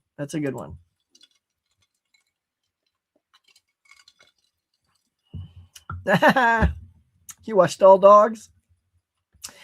Yeah, okay. All Dogs or Old Dogs? I thought it was Old Dogs. I watched Uptown Saturday Night, Sidney Poitier and Redacted for week 15. And Falling from Grace by John Mellencamp. Oh, really? Nice. Okay. Is that a biopic or is that a movie? Kind of thing. What is Falling from Grace? I haven't seen that with Mr. Mellencamp. But yeah, good picks, man. Good picks. There it is. Old Dogs. Yeah, there it is. Those people needs a Blu-ray. Judge Reinhold selling this. Dude, that was hilarious. No, what you need, come with me. Look at these things. You could be buried in these speakers. Pregnant wife walks in. Hang on. He's so good. He's so good in that. It's cool hearing what means something to you. Oh, thanks for me. Yeah, Aladdin, fantastic. Spider-Man, Goldeneye, yeah, got you into Bond. Empire, Beverly Hills, yeah, Cop. Yes, dude, that's good stuff. Yeah, I'm right there with you. Aladdin, yeah, that's fantastic. Probably one of the last great hand-drawn movies. That and Princess and the Frog, some of the last ones. So good. Unforgiven, 3:10 to Yuma. Yeah, now you're talking good, bad, and look at Django, No Country for Old Men. Logan, Bone Tomahawk. Bone Tomahawk. No. It's funny. Logan's not a Western. Oh, wait, yeah. Logan? Unless because I'm just thinking, Logan, like Wolverine. Must be a different Logan movie. And No Country for Old Men, I don't count that as to me, it's like if there's cars in it, it can't be a Western, right? But all the other ones, yeah, fully Western things. Yeah, Bone Tomahawk. The ending killed it for me, dude. You know what I'm talking about. Basically, the Bone Tomahawk scene. I was like, why? I mean, it was good leading up to that, but it killed me. Yes, it will be coming up shortly. So I will tee you up when we're ready for you to start dropping, but don't drop them yet because they will scroll away and I won't be able to get to them. Oh, he's playing someone else. So he's acting in it. Interesting. Logan is kind of a Western. I see where your head's at. All right, cool. Now, before we get to the this versus that, I'm gonna pop something up for you guys, and this is about the AI stuff and get your opinion on it. All right. So I found these articles. I'll make sure I got the right ones. Here we go. Bam. There we go. So check this out. I'm just gonna read these to you. In a roughly 2-week stretch, I got these from the dailies, which was in my email today. 3 of the country's most prominent art academies have rolled out AI deals of their own, wading into technology the industry itself is still sorting out. The moves vary in shape, but they all point in the same direction. USC's School of Dramatic Arts They've announced an Institute for Actor-Driven Innovation, sponsored by Adobe, promising to teach actors everything from AI basics to reading scenes opposite deep faked A-listers. Huh. NYU's Tisch School of the Arts struck a deal with Runway for near unlimited video generation credits across several programs, though notably not Tisch's flagship film school, the one that trained Spike Lee. And Chapman's Dodge College invited an AI actress, Tilly Norwood, I guess that's their little AI actress, to give a lecture. How exactly is unclear. And they announced the $40,000 in grants for students making AI projects. Chapman declined to name the donor. So here's where we go from there. All right. They're joining a crowd. USC has already made a $10 million Center of Generative AI and Society from 2023. CalArts runs a Chanel-funded AI center. LMU's AI screenwriting course is reportedly its fastest filing elective. Think about that. And Google.org gave Sundance Institute $2 million in January to train 100,000 artists in AI skills. So clearly what is happening here is it is not going away. They're doubling down on this whole thing. The thing that my industry is wanting to not really embrace. But y'all, let me continue.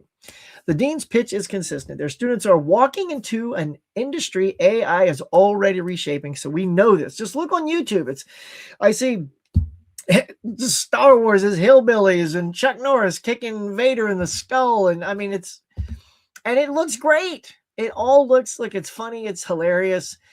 You know, to me, if you're going to like do goofy little things like that, I don't mind that stuff. It just laugh. It's, you know, you're not trying to pull these off as the original actors. It's clearly not them. The mouths still don't work quite right, you know, but we can't cross that line. Here we go. It's already reshaping. The schools would rather teach them to wield the tools in class than to let them get blindsided in the workplace. Administrators are quick to say they're preparing students without endorsing the tech itself. Or, as USC professor Holly Willis put it 2 years ago, just because we're teaching it, it doesn't mean we're endorsing it. So we're going to teach it, but we're not endorsing it. But you're going to need to know this, but we don't endorse it. And finally, the pushback on campus rhymes with pushback in town. Dodge's Tilly Norwood post pulled nearly 1,300 comments, calling the school tone deaf and spitting in the face of the industry, which is basically the same case SAG-AFTRA made when it condemned Norwood as an attempt to replace human performers with synthetics. Thing on that while I sip on this. So, okay, there we go. So now these certain, arts schools are going to start letting AI be a part of the course. And because it's here, we're still fighting with the regulations, selling off your likenesses and things like that. Here's the thing. You're never going to get an entire movie, I think, with fake actors. Who wants to see that? like if you AI Marilyn Monroe, Elvis Presley, whatever, fill in the blank with more actors who have passed away. Like, you're gonna not feel the emotion. Like, all you're gonna do is just sort of be marveled by how good it looks. You're just gonna go, oh wow, Elvis is hanging out with Marilyn. It's pretty rad. And the performances that are being created are going to be done not by the things you're watching, but it's done by the people on the keyboards and the voice artists that are trying to bring these to life for you. So to me, that's an animated movie. That's a movie that would go up for best special effects at the Oscar, but you're not going to get acting, awards for those things because they're not actors. They're not acting. So that would be a category, in my opinion, all into itself. So I don't know. I don't know why we're having to go here, because I just feel like I'm okay. Like I'm of two minds. I'm okay if you're just doing the silly little Chuck Norris kicking people in the face and he smiles, and that's funny because people are going to do something with the AI, but don't try to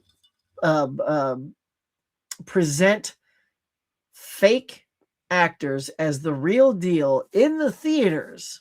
Like, YouTube is one thing. Fine, whatever. You can't escape it, And look, even AI shows you what the Flintstones would look like in real life, or the Jetsons. That's all cute. That's all fun. I don't mind. But an entirely AI generated movie, I don't know. I didn't know.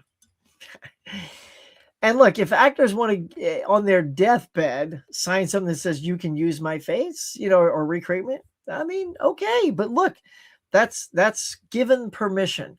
But to me, that's got to come with something, though. You can't just be allowed to take that actor's likeness and do what you will. You have to pay their estate like you would them as the actor. So say Bruce Willis is gone, God forbid, right? And then we resurrect him with AI, younger, healthy Bruce that we love, know and love, and then we go see this movie. Okay, well, that actor who you are honoring needs to be paid. He might be gone, but you're using his likeness for profit. So his estate should get what he would normally get paid, like, so if you got to pay Bruce $5-10 million, that goes to the estate. That's the deal you made when you said you get to use Bruce's likeness. It can't just be here you go, and it's a free thing. And I say this because it's coming, right? It's already here. So I can't say don't do it. So what I'm trying to find is a place of acceptance, so that if you do it, pay for it. Okay. Don't just pawn it off as real, or I don't know. So that's just sort of off the cuff. What I think is, if you're going to go there needs to be some sort of financial responsibility that you owe somebody, not the agents or whatever, because not agents anymore. It's got to go to the estate. It's got to go to Bruce's family, his children, his wives, things like that. That to me is the only thing that, I mean, look, they're even saying we don't endorse it, but we're going to teach it. So there you go, guys. That's what's happening out there. It kind of buzzed me this morning, and I just want to talk to you guys about it because it was a little alarming, I'll just say. There we go. All right, so coming up in just a second, we're gonna have a little this versus that. So get ready, y'all. Right after we read these, we're diving in. Let me just see if there's anything you guys are just saying. Hey, talking to each other. It ain't gonna happen though, Dave. It's not. I mean, I agree, but it's not. So we have to figure a way, like, how do we make it work? What's my favorite thriller villain performance? Oh, I don't know. A thriller villain. It's got to be somebody that really chews up the screen, right? You know what? I mean, I just got to go with Hans Gruber, right? The Groob Man. That dude's good. I know, Mary. No, stop. AI taking my job. I know. I look. At some point, it's going to take my job. That people are just going to somehow type into AI how they want the film edited. And then it's just going to be a boom. And then it's like, okay, but I mean, like, but what AI can't do is the nuance of that actor. Where's the one where they winked instead of blinked? Or, they looked over here instead of looked over there. You know what I mean? Like, it's not going to know the subtleties, but doesn't mean it ain't going to come at some point. I know. I hear y'all. I'm just a reporter. I'm not doing it. I didn't create it. Area public schools to be educated and trust anything. Right. Oh, it is. I'm with you. Let's see.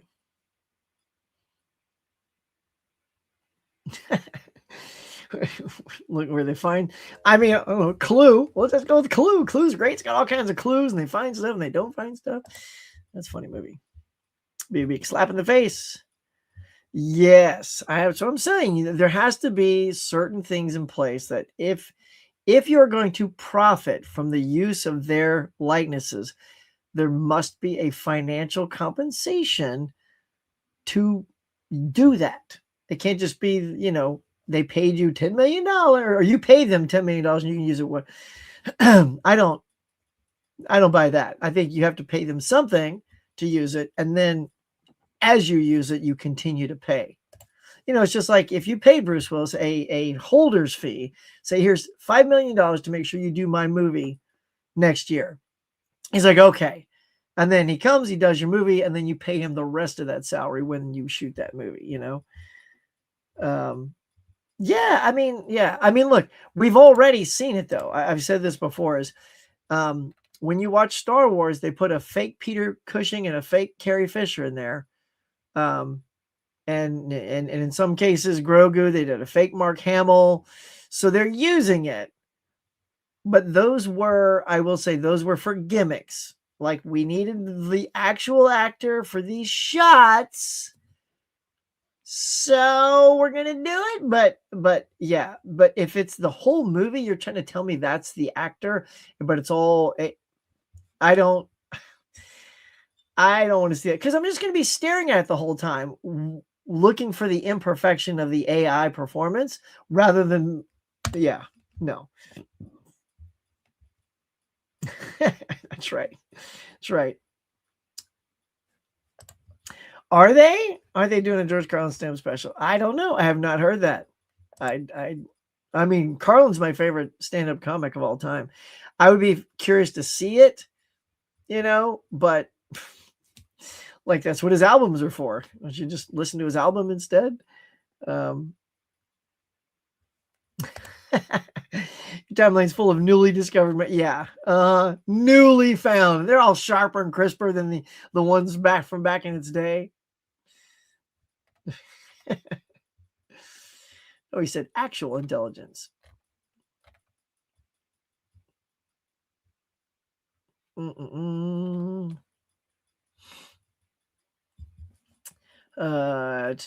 right, let's see. It's I saw the use cases. They gave examples. He was practicing scenes against long dead actors or asking for advice on how to build a set. Okay. Yes, AI can't write comedy, has no sense of humor. Other genres it can emulate, but there's no feeling behind it. I'm with you, girl. I'm with you.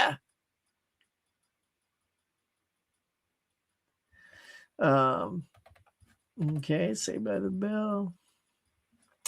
Did you hear about the movie Val Kilmer that's going to have him AI in it? He actually endorsed him being. Again, that's the interesting thing.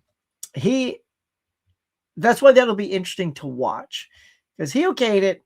So we'll go see it as an experiment, and it's going to be something that's like, I would assume, a love letter to Val. I mean, Val already has that though. He's got the documentary called Val, which is outstanding. And it's narrated, I think, by his son. Sounds just like him. But yeah, I mean, that'll be interesting to see.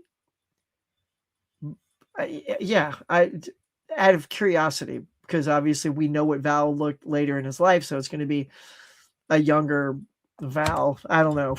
I already know how I feel. I'm just curious how it's going to be perceived when it comes out. Guest dead actors, so many alive now. I know, we need work, man. I know. Stop. It's like, stop with that. It's like, yeah.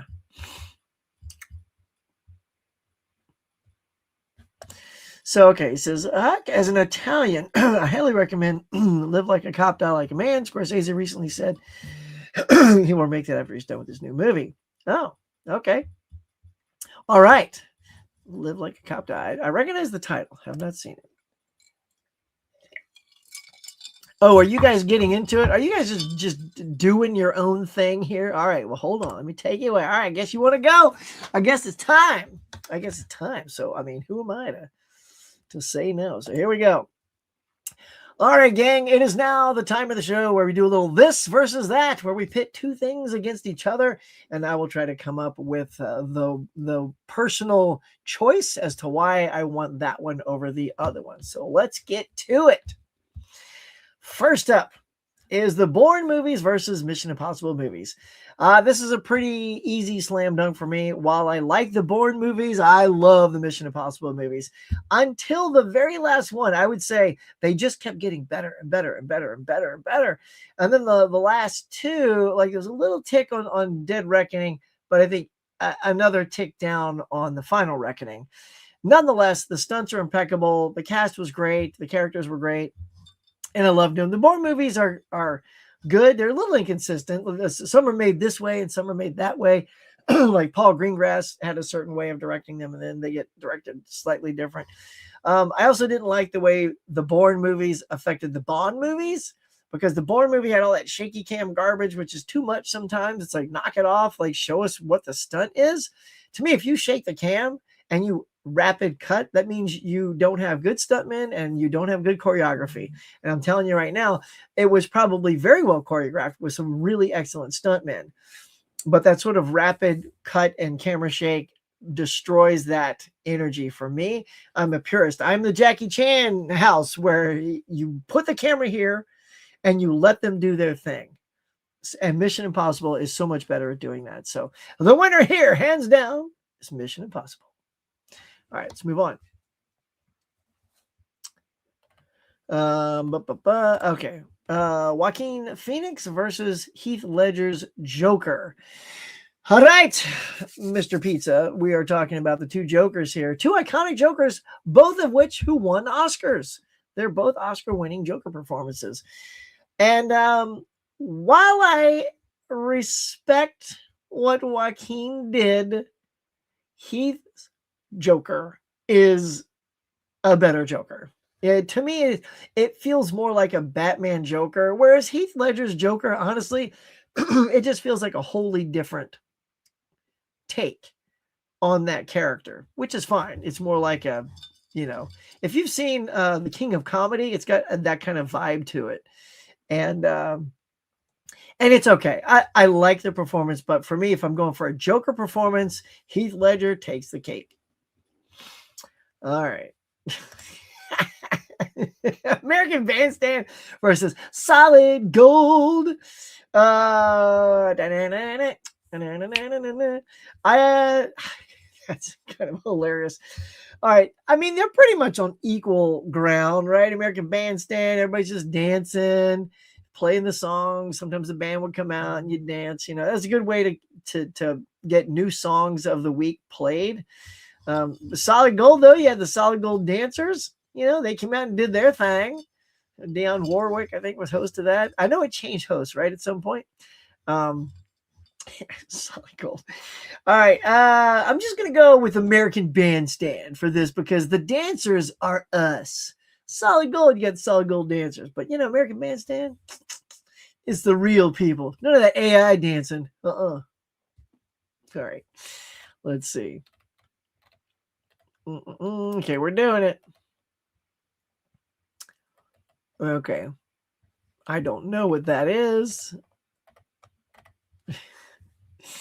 Don't have a preference there. Okay. Stacy's going nuts here. All right, I'm going to pick this one. Child's Play 2 or Lethal Weapon 3. Okay, so they're not compatible in any way to me. Yeah, again, it's if you're pitting like Leprechauns against Child Plays, I think we got an even match. But Lethal Weapon against Child's Play, I mean, I'm a much bigger Lethal Weapon fan than Chucky. So this is kind of a quick one for me as a preferential person for Lethal Weapon. I gotta go Lethal Weapon 3. Chucky's cute and he does his thing, and he's got his little kills and all that, but in the end, Lethal Weapon 3.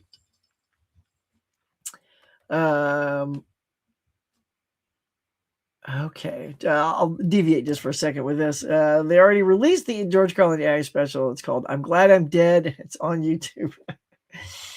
I do kind of like that. I mean, that's very Carlin-esque, the sound of it. All right, let's keep going. Next up is The Matrix versus Terminator 2. So the first Matrix versus Terminator 2. Both trend-setting movies with their effects. I mean, you got bullet time with The Matrix and you got the liquid metal from Terminator 2. But then after that, it comes down to story and characters and which I prefer. And I'm just going to go with the gut feeling. So when I first saw Terminator 2, it blew me away. right? It just, because it took the first Terminator and ramped it up. It turned it to 11 because this one goes to 11. Terminator 2 is 11 when it comes to the Terminator 1. Arnold's the good guy in this one. You got your liquid metal Robert Patrick in that. He was fantastic. Lynn Hamilton is chiseled and ready to kick ass, making her character a completely different entity. And then the Matrix, you've got your bullet time and the pills and the stuff and all that jazz. And Keanu's good and Lawrence Fishburne is great. But I think when it comes to these two, personally, I got to lean towards Terminator 2. I know a lot of you probably picked the Matrix, but Terminator 2 just stuck with me. Matrix, I had to watch it a couple of times to really get invested, and to the point where everyone else seemed invested. I'm like, when I first saw it, it was already so hyped up. I was like, I don't get the big deal. I mean, bullet time was cool, but the rest of the movie was okay. I'm much more of a fan of it now. Whereas Terminator 2, I was all in from the get-go. So because of that, Terminator 2.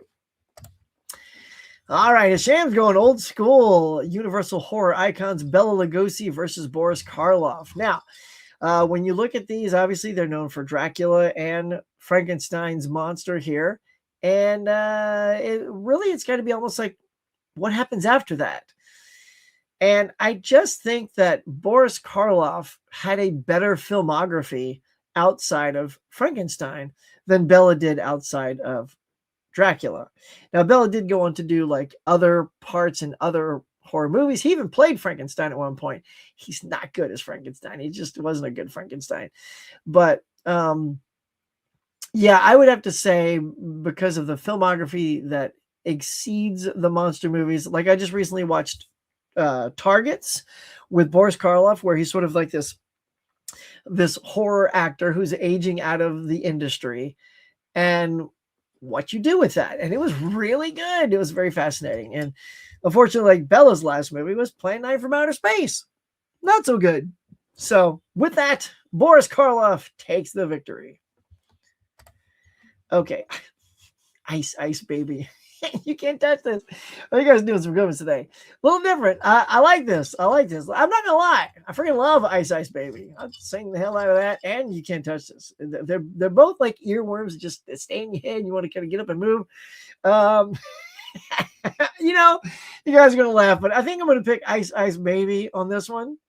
Even though, look, I know he's fully ripping off the Queen song Under Pressure, but he uses it very well, regardless of what his publicist probably told him to say. Oh, that's not the same song. He sounds like a moron. But the song itself is pretty damn catchy. So yeah, we're gonna go Vanilla Ice with Ice Baby for the win. Exactly. AI versus the Black Plague. No need to answer it. Let's move on. Boom. All right. All right. Let's see. We're having similar ones. I'm going to try to, if things sound too similar to what we've done before, I might skip over them. I'll go ahead and tackle this one though. I feel like we've done similar RoboCop stuff before, but RoboCop versus Total Recall, a very gritty, graphic robot sci-fi movie versus just, Arnold saving the entire planet. Man, these are both Paul Verhoeven movies. So that's why they have that sort of similar tone. Which do I prefer? Gosh, this is a close one because they're both like so good, so evenly matched. I don't know. For no apparent reason, because they're just so close, I'm just going to lean towards Total Recall because it's got a few more bells and whistles to it than RoboCop. It's got that graphic grossness that exists in RoboCop, but you've got, some space stuff factored into it. You've got Arnold saving the entire planet. You've got, your chick with the 3 bazonkers, all that stuff. You don't get that in no RoboCop. So, for that, you got to pick Total Recall for the win. Hey, man, Steve is here. What is going on, man? Welcome. Hello, mate. Good day. Sorry, I keep doing that when I hear mate. I just want to go Australian root start to kick in.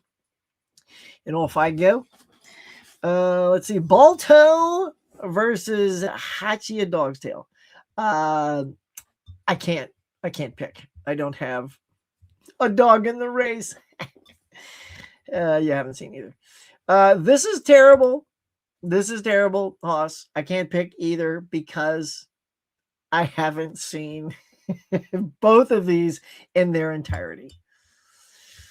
I haven't. I've seen some of each, and they're both good. So I can't pick that one. Okay. All right. Now we're talking. So we got some Lee Majors competition here. All right. We got the $6 million man versus the Fall Guy. Interesting you would throw this up here because I was just watching a making of the Fall Guy, which I didn't even know existed. Of course, it's on YouTube. And I was trying to talk to myself and say, I wonder which show I liked more. Because as a little kid, I mean, freaking loved $6 Million Man because it was like a little superhero on TV. Well, you know, got the slow-mo run and the throwing of the stuff. That was great. But then you had the energy of the Fall Guy where they're always doing stunts, which I love. And Heather Thomas, ooh la la, was on that. And Doug Barr was the banana, the sidekick on that.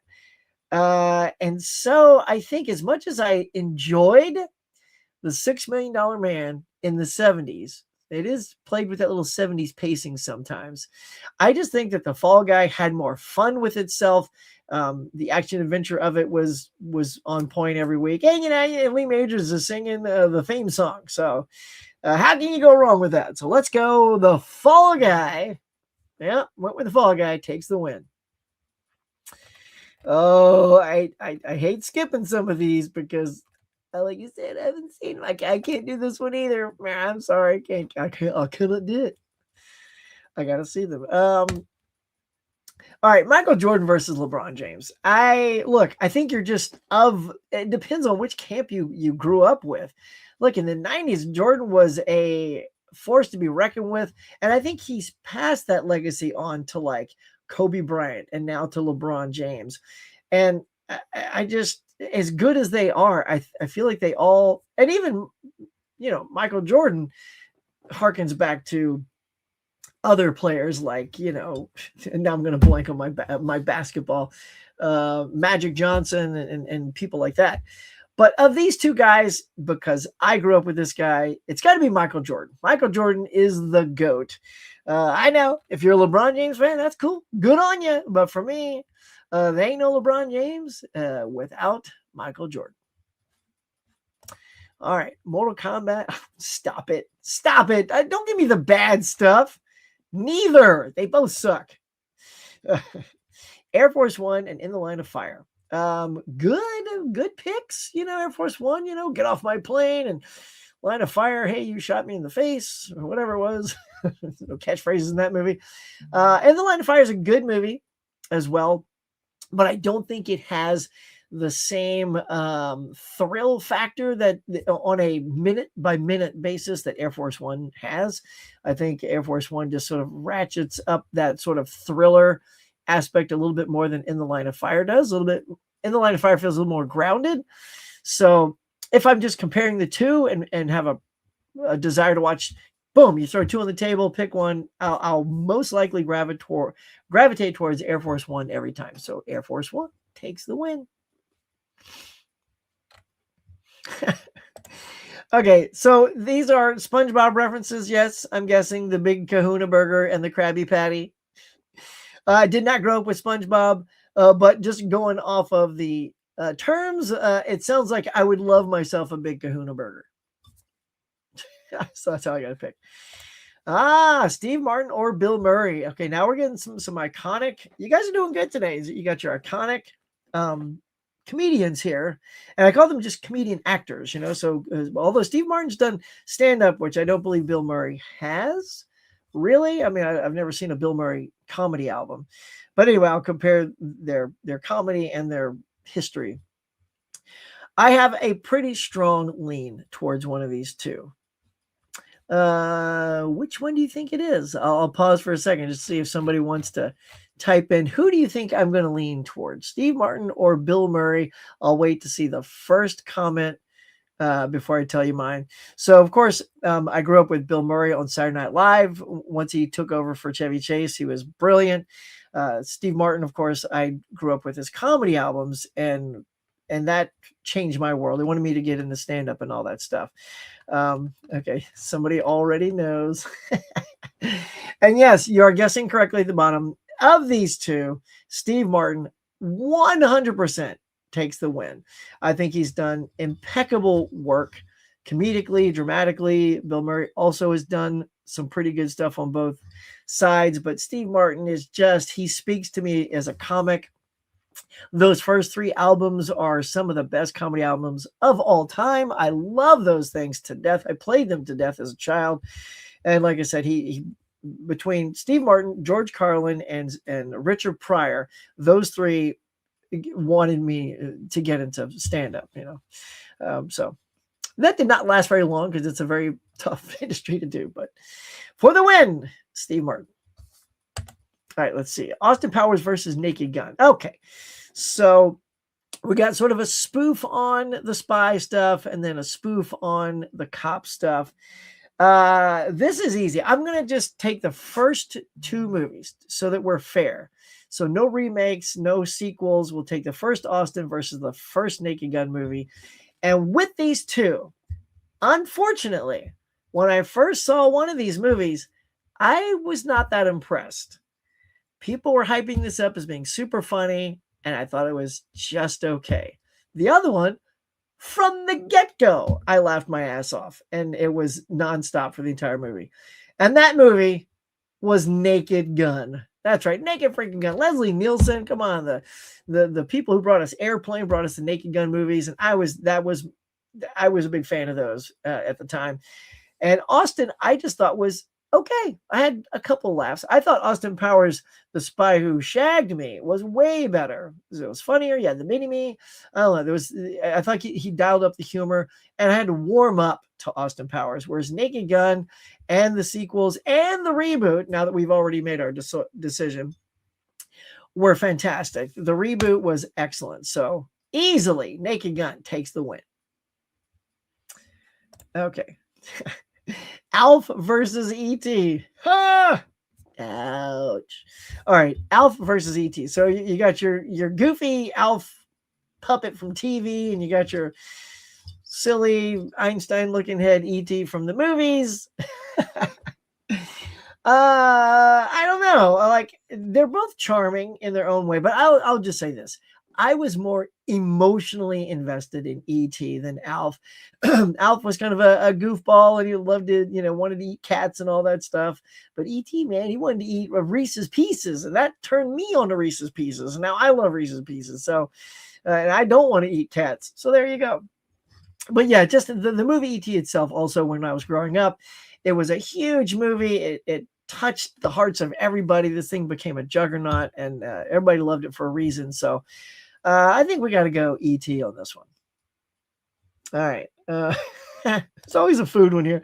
Soft Taco Bell versus Crunchy Gordita Crunch from Taco Bell. So it's 2 Taco Bells. The soft taco versus the cheesy Gordita Crunch.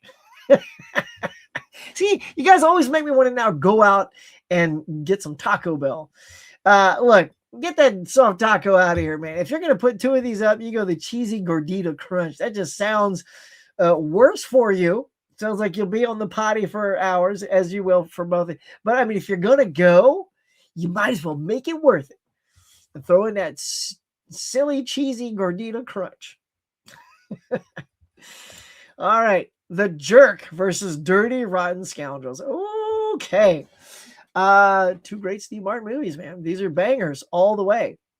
I love The Jerk. It was his first film, and it was quintessential Steve Martin, where, he's just, I was born a poor black child, and then it goes on from there. Oh, so funny. And his family, he was growing up with. They were Nathan, Yuasa. Anyway, versus Dirty Rotten Scoundrels with Michael Caine. Those two are great together. Sometimes you just get a combo that just sings to me. So as much as I love The Jerk, I really enjoy watching Dirty Rotten Scoundrels, and those two be Dirty Rotten Scoundrels. So with just a little bit extra, I mean, like, there is the also, I don't need anything. I need this. I need this. You know, that stuff. And the jerk is pretty great. But in the end, I think we got to go Dirty Rotten Scoundrels. All right, you guys are still cranking them out. Hellboy versus Spawn. I'm guessing the movies, not the comics. So this is kind of a quick one. I'm not even going to sit and try to debate. I thought Spawn was boring. I think based on a comic that's pretty exceptional, it just wasn't time. We weren't ready to make a movie like Spawn visually because it's just a CGI mess. Whereas Hellboy with Ron Perlman, it's funny, it's great to look at. And practical effects, man, practical makeup effects on Ron Perlman all the time, all day. It looks fantastic. You get performance out of makeup prosthetics that you don't get out of CGI. And I just think Hellboy is just a superior film to Spawn. So for me, it's got to be Hellboy. All right, let's see. Where are we at? We're almost at 10. Let me just try to cherry pick some of these now, y'all. Oh boy, you guys. Okay. Man, all right, we got a ton here. Yes, you guys are right. Steve Martin, y'all knew me. All right, so let's not put any more in right now. Okay, we're putting a freeze here. We're like, I'll put the word freeze. All right, I'm adding freeze into the comments. That means no more this versus that, so that we can try to get through some of these. I might bounce through a couple here, so some that I think are really close. Wow, you guys. All right, you know what the hell? You know, I'm not in a rush, so I'll give it to you guys today.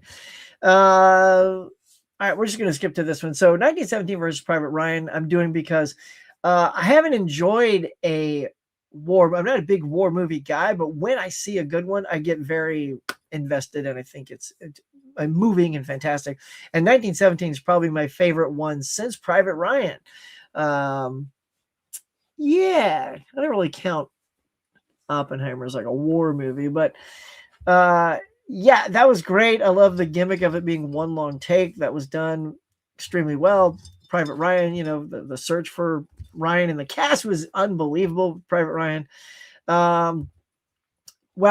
While I might be impressed technically more with 1917, I got to go with Private Ryan because you also, speaking of technical brilliance, that entire opening scene on Normandy is just ridiculously haunting.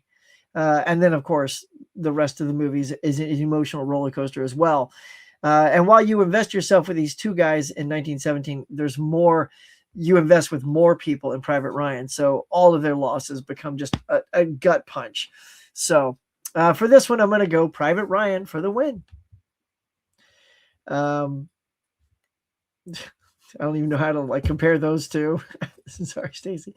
All right, I will do. Here we go. So we got Wild Robot versus Iron Giant. See, you guys pay attention. You know, Iron Giant is one of my favorite, and you know, Wild Robot is my new favorite. I mean, here's the thing. I think if there was no Wild Robot, I don't think anything could touch Iron Giant. I think that was such a great film. It did a good job of blending a little bit of that CG for the Iron Giant with the hand-drawn stuff. But Wild Robot was such an immersive, emotional thing of beauty. Every single frame was absolutely like something you could print and put on your wall. And I love the music in it. And when it was over, there was grand applause at the Huckster House. So for the new factor in me, because I've seen it the most recent, it's sticking with me. I got to go Wild Robot over Iron Giant. But maybe I need to give them both a rewatch and see. But I like Iron Giant a lot. Like I said, until now, that's been my favorite. But now Wild Robot was exceptional. And I liked Flo. Flo's the one that won the Oscar. I like that. But I liked Wild Robot more. So I'm going to stick with that gut feeling and keep that. Okay, Michael Jackson versus Queen. So we're getting into some of my favorite musical people here. I don't know, man. That's tight too. You know, you guys are picking some real bangers because I grew up with both of these. I enjoyed the music immensely from both of these artists. They are legendary and how good they are. But I will say, if I'm picking on the spot between these two, I'm going to go Queen on this. I feel like through time, like after their heydays, I've played Queen more often than I've played Michael Jackson. I'll just say that. And that's not a slight on his music. It's just, that's just what happens, you know, especially Under Pressure is one of my top 5 favorite songs of all time. And I don't really know if any of Michael's songs are in my top 5, but his work stands on its own. It's amazing. So, but just by a nudge, and because I listen to more Queen more often, I'm going to pick Queen over the legend, over the king of pop, Michael Jackson. You're welcome, guys. I don't have a thing for that. This is a good one, but I can't really do it, Stacy, because I haven't really seen Scarface. I've seen Scarface and have no opinion of it. I even rebought it so I can give it a rewatch so I can see if I like that movie. But The Untouchables is hands down the winner because I've seen that dozens of times. Love it. The performances, Sean Connery's great. The whole cast is great. So by default, until I rewatch Scarface, Untouchables takes the win. All right, man. Gotta go. Cheers, Huck. Have a great day. Later, Mr. Blue. Thank you so much. No. It was like when I grew, same as you. When I was a kid, my mom took us to the Pippi Longstocking movies, and that's the only way I knew her. I mean, so if she's from books or whatever, I knew her from the movies, and was cute and funny. But I don't think there's any big Pippi Longstocking. My kid didn't have to read anything. I don't think there's any buzz. If you ask kids today about Pippi Longstocking, I don't think there's anything. But but yeah, as a kid, I grew up, and so that takes me back up to here, Stacy, which is why I kind of skipped it. I don't have any connection to Dennis the Menace, and I have a mild connection to Pippi from the movies. So because of that, Pippi takes the win. It's not like a deep-rooted love for either. So yeah, but that's a funny question. I don't think so. So Steve Martin, you guys are great. You're killing it. Yeah, bye, Tiger. Have a good day. Dude, plays me banjo. No kidding, man. I love, so his 4th album, which was Steve Martin Brothers, the first side it's so funny because if you listen to the comedy, it just sounds like outtakes. They aren't great. The comedy isn't from exceptional performances. But the other side, the only reason he did it is because he wanted to play the banjo. And the other side has great banjo playing. Oh, why you gotta be so mean, Dave? Robin Williams versus Jim Carrey. I almost don't want to do this one, but I'll take it. You know, sometimes you just gotta, bite the bullet, y'all, and take it. So these are 2 of my favorite comedy actors of all time. Both of whom also have done stand-up. They've also done drama. Robin got his Oscar for doing Good Will Hunting. Jim Carrey was Harold when he did Man on the Moon, even though he didn't get his nomination for that. And they're of that same cloth, man. Their comics come and go, but there's very few who just set a bar. And before them, you could say that Jonathan Winters was their predecessor. He's a little off, a little nuts, a little great. And that's where these people live. But if I just got to pick one, I'm going to just do an all arching everything. I don't know. I really don't know. Can I have a tie? Can there be one where I actually have a tie? Because this would have to be that one. But I guess if I'm just going to pick one for the sake, I'll go Robin Williams, even though honestly, this one's a tie for me, but I'll pick Robin not because of anything individual. It's just a gut pick on this one. Ask me tomorrow. I'll do it again next week, and then we'll present the same 2, and I'll pick Jim Carrey next week. So there you go. So you say CinemaCon is great. You can definitely go next year. Really? I mean, yeah, I'd love to go, but I can't. Isn't it like $1,000 a person to go? So that's a big no, unless I'm wrong about that. Oh yes, that was a great documentary. If you haven't seen it, it's like Steve in 2 parts or something. It's called something like that. That thing was fantastic. The director, interesting fact, hired 2 different editors. One to handle the stand-up part of his career. That was the part 1. And then the part 2 became his Hollywood career, edited by a different person. So each documentary part had a different feel to it, different graphics, different transitions, things like that. And I will say, whoever edited the stand-up part, I prefer that style. That it was a little funkier and the style was cool. I like that. But yeah, oh my gosh, that documentary was fantastic. And his book too, if you haven't seen Born Standing Up or read that, or do yourself a favor, get the audiobook of Born Standing Up, because Steve Martin reads it. And usually if there's a bio book, right, and the artist reads it, I will always get the audiobook because I want to hear the story from their mouth. So I've done that with Bruce Campbell, Steve Martin, Cassandra Peterson, aka Elvira, all of those, Simon Pegg. Those books are great when heard through them. Stevie, I will have to catch you on this one later because I still haven't seen Seven Samurai, although it did air at a local theater that a friend of mine wanted to go watch with me.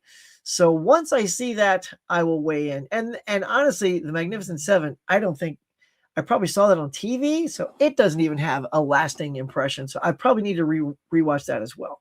Once I do that, I'll give it another shot. Same reason I can't answer this one. Oh, quiet you. All right. Well, if anything else comes after the freeze, I can't do it. So, all right. Oh, come on now. Richie versus the Fonz. Look, girl, you know who you're messing with. Look, I know. Look, Henry Winkler's the GOAT. He's one of the nicest people in the world. The Fonz, everybody, he's cool. But come on now. You know, redhead. I got Richie's same hairline. Probably got a little bit more than Richie does at this point. But it's Richie, man. Richie Cunningham. Look, a redhead on TV I got to look up to every week. I mean, sure, you got to hang out with the Fonz, which made Fonz cooler because he was hanging out with Richie. You know what I'm talking about. Yeah, I know you Fonz lovers out there. Hey, but for me, Richie takes the cake. Let's go. Okay, so you say exhibitors and producers and executives that are carte blanche for CinemaCon can invite others that deserve. Oh, look at that. That's nice. Well, I mean, by cracky, invite me. Next year, sure. We'll see if we can make that happen. Doc Hollywood versus The Life with Mickey. Okay. If you'd have done Doc Hollywood versus Secret of My Success, I'd have had more trouble. But I think when it comes to just these two, I think Doc Hollywood, I just like that movie a little bit better than Life of Mickey. It sticks with me a little bit better. I'd have to rewatch both to see if somehow Life of Mickey can overcome that. But in this comparison, I think it's easy to say my preference would be Doc Hollywood. All right. And Ben, I think this is very similar to earlier. I don't know if you saw it where it was Bill Murray versus Steve Martin. I kind of answered that. So it's the same. I would still say Steve Martin's career over Bill Murray's career. I absolutely love Only Murders in the Building. I think him and Martin Short together are two of the greatest comedic talents seen in the same room. If you have not seen, y'all, the stand-up show the two of them do, and I think it's on Netflix, hilarious, laugh out loud funny when the two of them just sort of, make fun of each other's career when they're talking about how good they are, but they insult each other at the same time. It's some of the funniest stuff I've ever seen.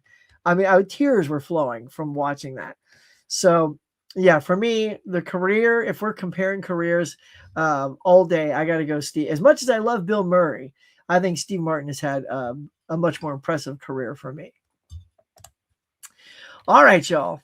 that is it. That is going to do it for this versus that for today, y'all. We'll do real quick one last scan of this. If you have any more this versus that, bring them back next week. We will continue them from there. I see you guys kept going, even though I had freeze typed in there. But yeah, Steve, you're going to go see Michael Jackson tomorrow. Great. I'm going to go see it this week as well.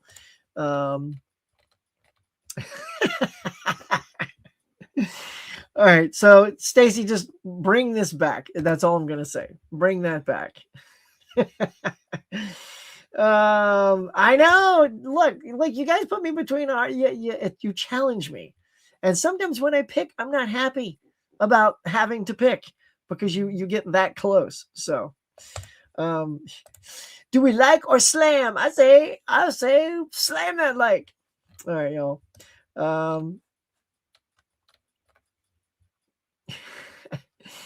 Okay.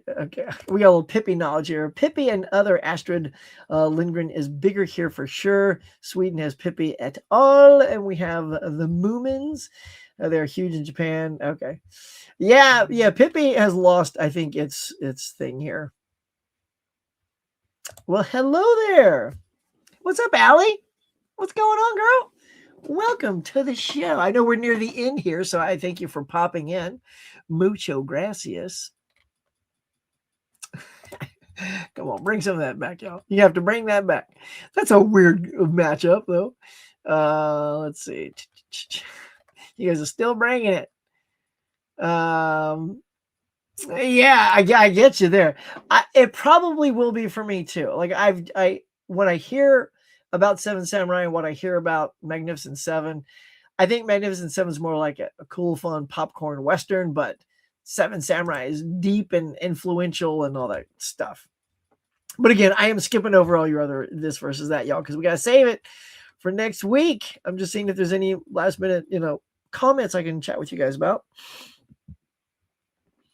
Okay, it's got great reviews as well. A lot of reviewers probably got nothing to do with the movie itself. Yeah, we're gonna go see for ourselves, man. Bohemian Rhapsody has better credit score than Rotten Tomatoes. I know, it's crazy. Ooh, there's a deep thought to leave on. It's better to regret something that you have done than something you haven't. I could live with that. I think so. All right. Well, that is it for this versus that, y'all. And that is going to do it, I think, for the Morning Mug here on this lovely Tuesday, April 21st. I hope you guys enjoyed it. I hope you had fun with this versus that and all the other topics we talked about today. May AI never take over the huckster and I'll be fake one day. No, may you always get the real deal. You're never going to get an AI version that does what I do. Right, y'all? I don't think so.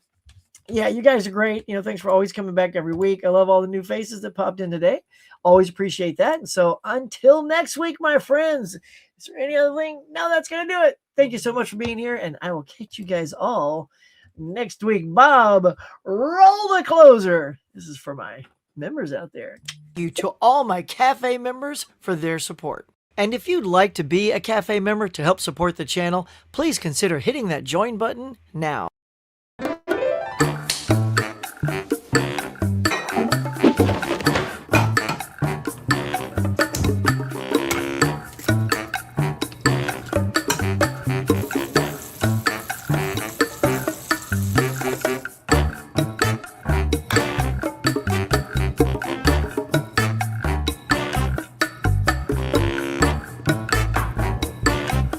Thanks for watching, everybody. I appreciate you coming by and sharing your time with me. So until next time, be safe, be kind. I'll see you on the next one.